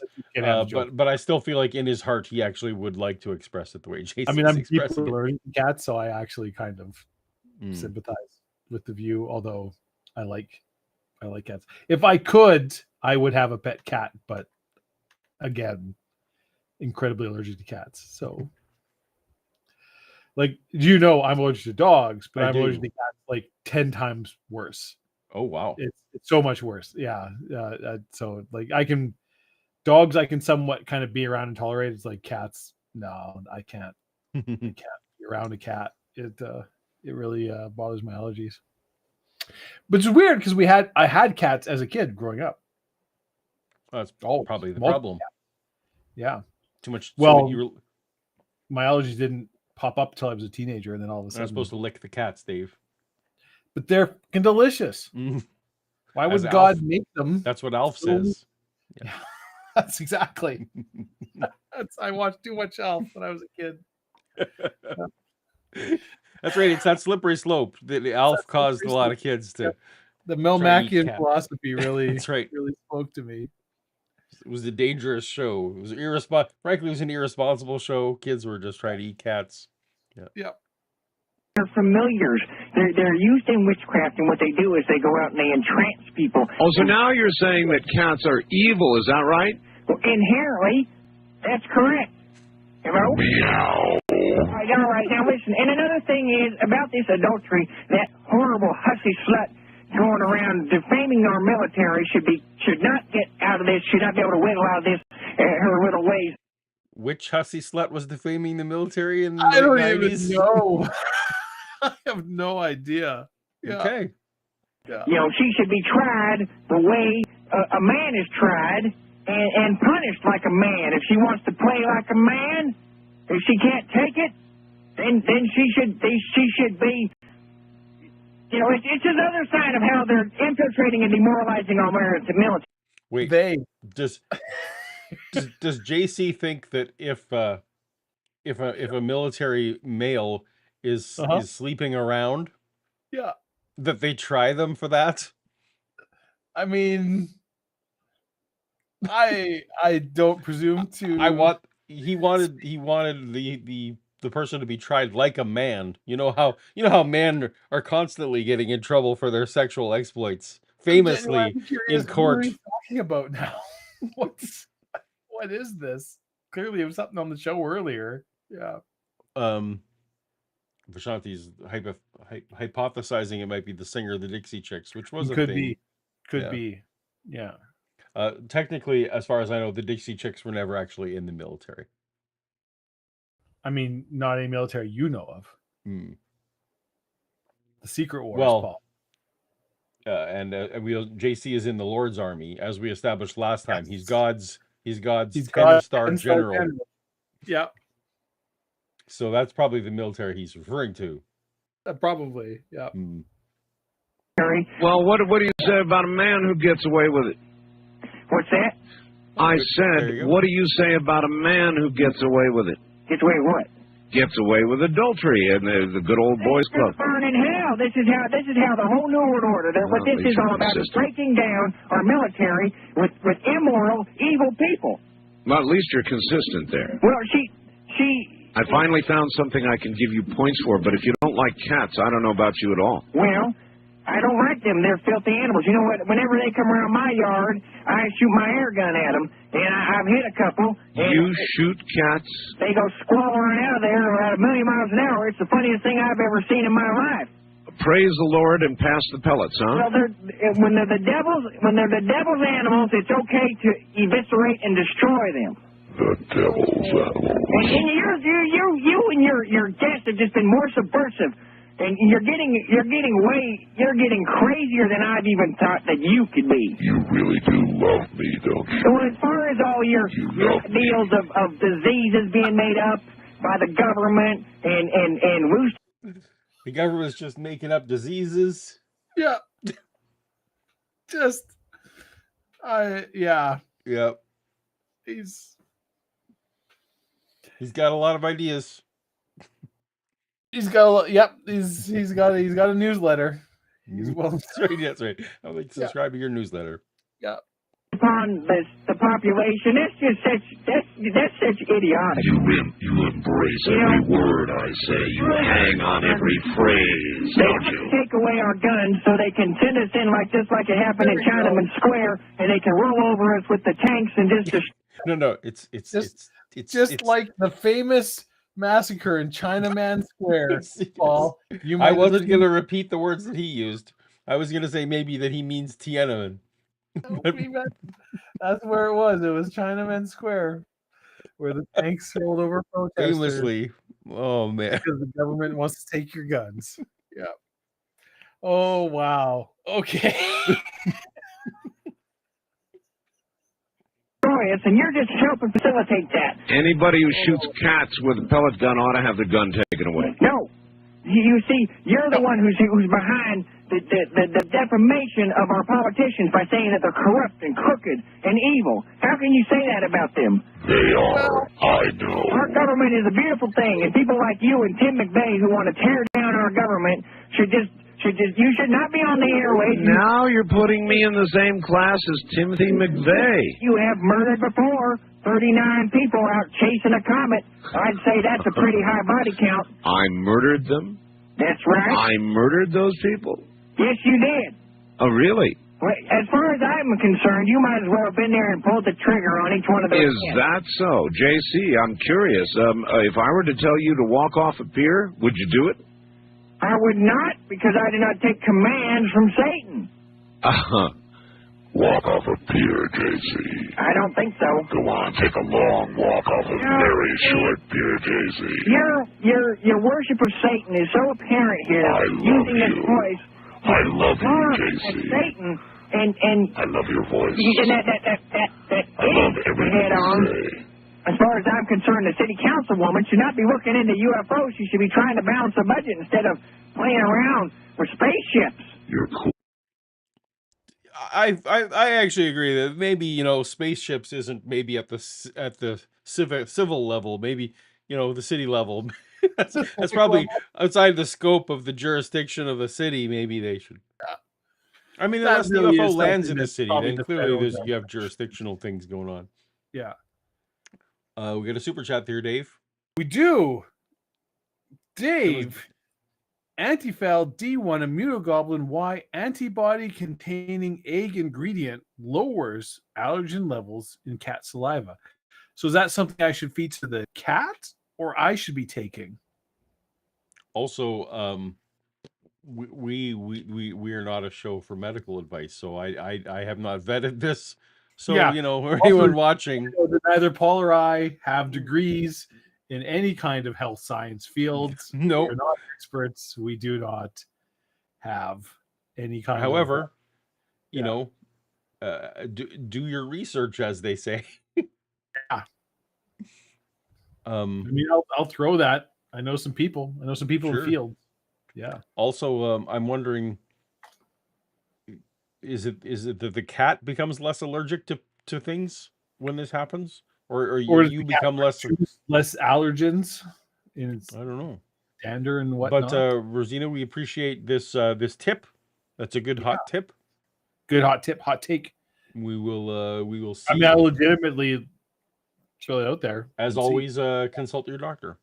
Consult your doctor before immunologist. Before attempting anything with cat saliva. Yeah, fucking just feed cats eggs. It's fine. They're fine. That's what we all right. Fair enough. Oh, maybe it's Janet Reno. Remember the Will Ferrell, Janet Reno SNL? I do. Janet Reno dance party. Yeah. Yep. And then Janet Reno eventually came on the show. That was always one of my favorite subgenres of SNL skits, was when the person you were famously doing impressions of would come on the show and then face the other person. See, so saliva, absolutely allergic to. I feel the dander because I can walk into the house of somebody who owns a cat and it will start bothering me. My nose will be running, my eyes will start swelling. I will start having difficulty breathing just from being in a close proximity around. And my understanding has been that is the dander that is causing that reaction, not the saliva. But I don't know. I fully admit I'm not a expert in this field by any stretch of the imagination, so I don't really know. You're not an allergologist. I'm not an allergologist, immunologist, any of these things. But I do know that if I walk into the house of somebody who owns a cat or two, I will start feeling it just being in the house, like the carpets, the air around. Yeah. Maybe the cat having to touch me or lick me. Maybe, Dave, you're allergic to evil. I mean, I really feel like I'm not. Okay. I am. Fair enough. You feel like you are well inoculated against. Yeah.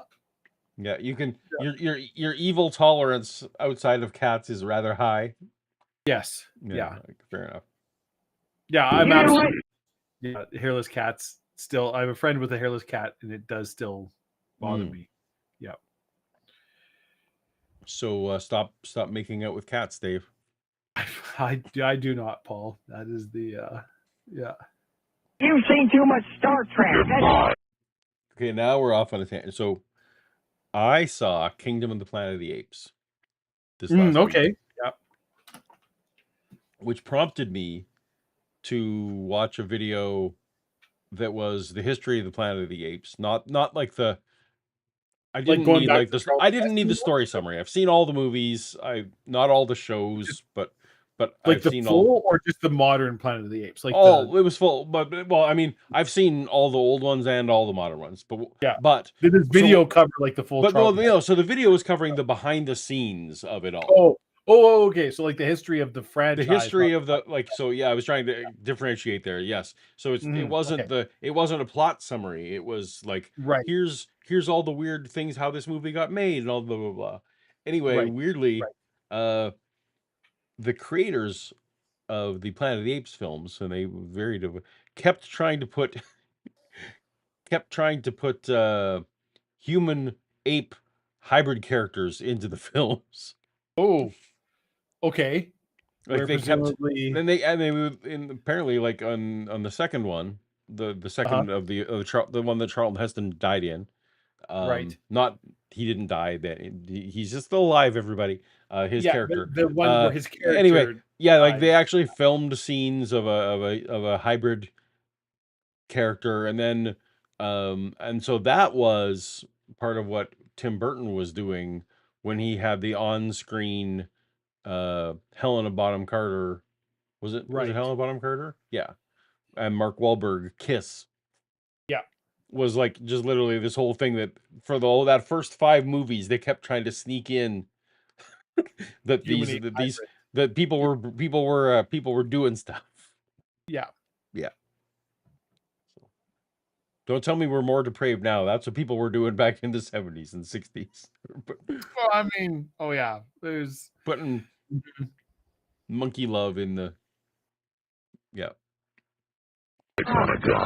You've seen way too much Star Trek, and you're probably smoking reefer, and you're out of your mind with all this craziness, and you're just really going over the edge.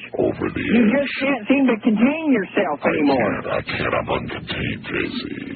Well, I just want to know why you won't talk straight conversation with me. Because you don't do it. Yes, I do. I'm bringing forth the new revelation from the Lord is anointed onto my forehead through my voice into the... What was that? Mm-hmm. He's bringing out the new revelation, Paul. That's right. Yeah, new revelation. The new covenant. Yep. JC's got it. Stephen Clinard is upset that I spoiled the movie that came out in 1970 something. Yeah. So, yeah, I'm sorry. I mean, to be fair, the Tim Burton one came out in the... the Tim Burton one came out in like 2000 something, 1 or 3. Yeah, it's still like 20 years old. Yeah. Airways, I'm trying to save a nation, and you're just trying to tear it down. All right, JC, that's it for tonight. It was lovely hearing from you once again. Good night. That's JC. That's JC. He's your on the air. Hello. All right, Dave. Well, I am starting to feel it a little bit. Yeah. And are you at a good, almost done drink place? All my glasses are empty. So before we fill more glasses, I feel like that is probably a good stop point for JC. Yeah. Do we have any other business we need to tend to?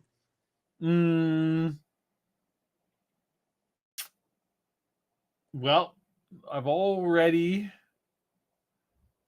divulged all the details of your personal life I feel comfortable doing. So I think that's it for us, really. Okay. Is there any? Did you prepare a joke for us this evening? Yeah, right. That's a thing we do. Okay. Here's a joke I heard. A famous CEO, multi-million-dollar CEO, is walking down the street in Manhattan and isn't paying attention. Takes a step into the street, gets hit by a bus, and dies.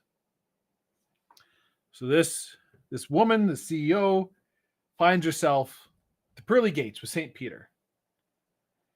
And St. Peter says, well, this is unusual.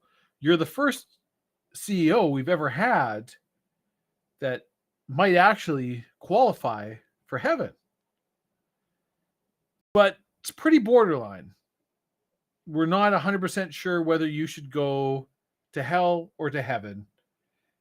There's some bad, there's some good. You did some things you shouldn't have done to get ahead, but you did a lot of good in the world to can go our way. So here's what we're going to do for you. You can spend a day in hell and a day in heaven and then decide where you want to spend eternity. And the CEO says, no, I've already decided. I choose heaven. And St. Peter says, don't rush. And she says, no, I'm quite convinced. I've made that heaven is where I would like to be. Thank you. Not hell. I don't need the sales pitch. Just let me into heaven and we're good. And he goes, well, you actually don't get a choice. You have to spend a day in each. So good luck. And he kind of pushes her. And she falls off the edge of the cloud and falls down through infinity, down to the abyss, the pit, the inferno. She's in hell. When she lands, it's just dark, Paul, pitch black. Then all of a sudden, light.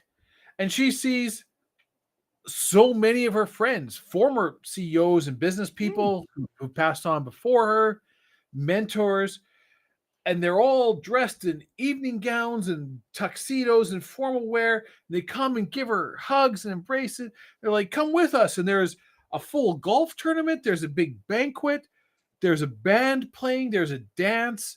There's an open bar.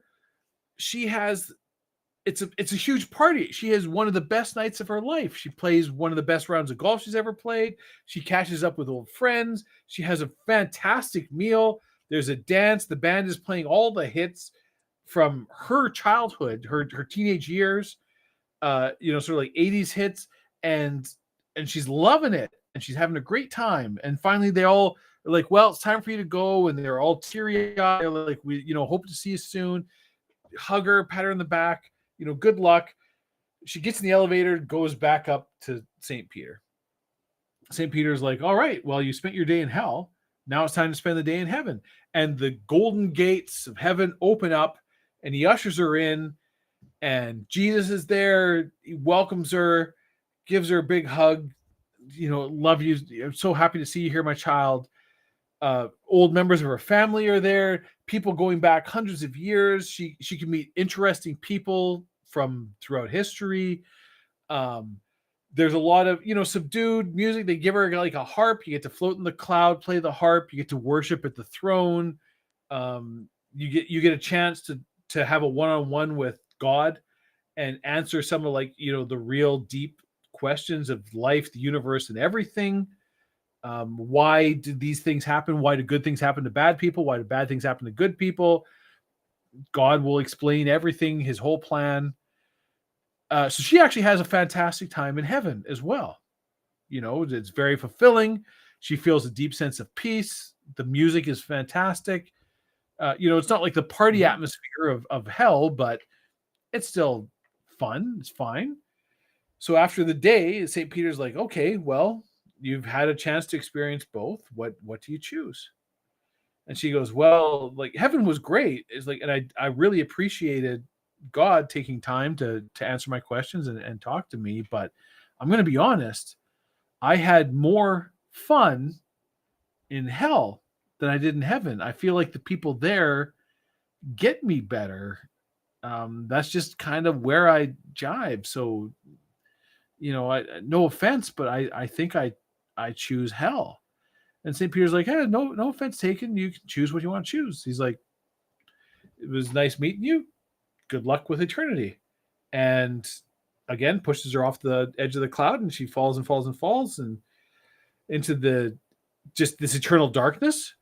And all of a sudden light comes up, but it's not a golf course. There's no band. There's no evening wear or formal gowns or party. It's fire. There's people being stabbed with pitchforks. There's people on torture devices, people having to do heavy manual labor. Former CEOs she knew with heavy iron chains that are red hot wrapped around them, pulling huge stone blocks around. People very much like in Hades, pushing rocks up hills and falling down and being tortured in various ways. And she says, what the heck happened? Where was the party? Where's all the band? And they go, and Satan says, oh, well, that was recruitment. Now you're staff.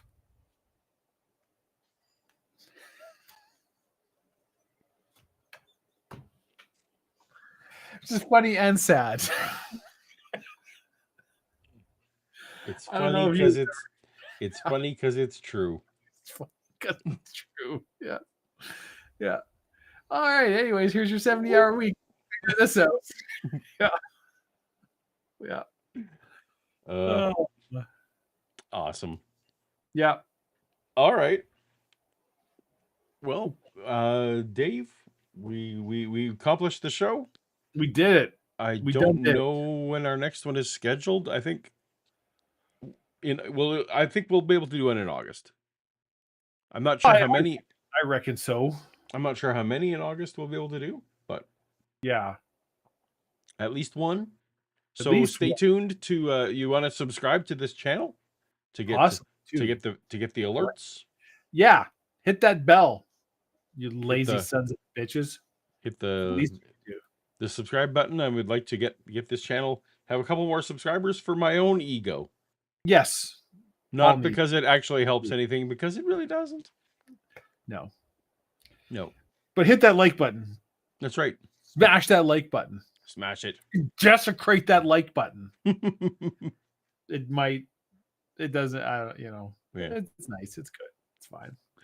All right. Well, thank you everyone for the great the seasonal return of Toast to Toast. I had a great time. Hope you did as well. JC's always good. And and we'll be back for next time. I forget how we end the show. You just kind of stop it. I just kind of. That's right. Oh, I know what I do. Our show. Later. Bye. And now I wait for me to give a salute over on the other. Ta-da-ta-da.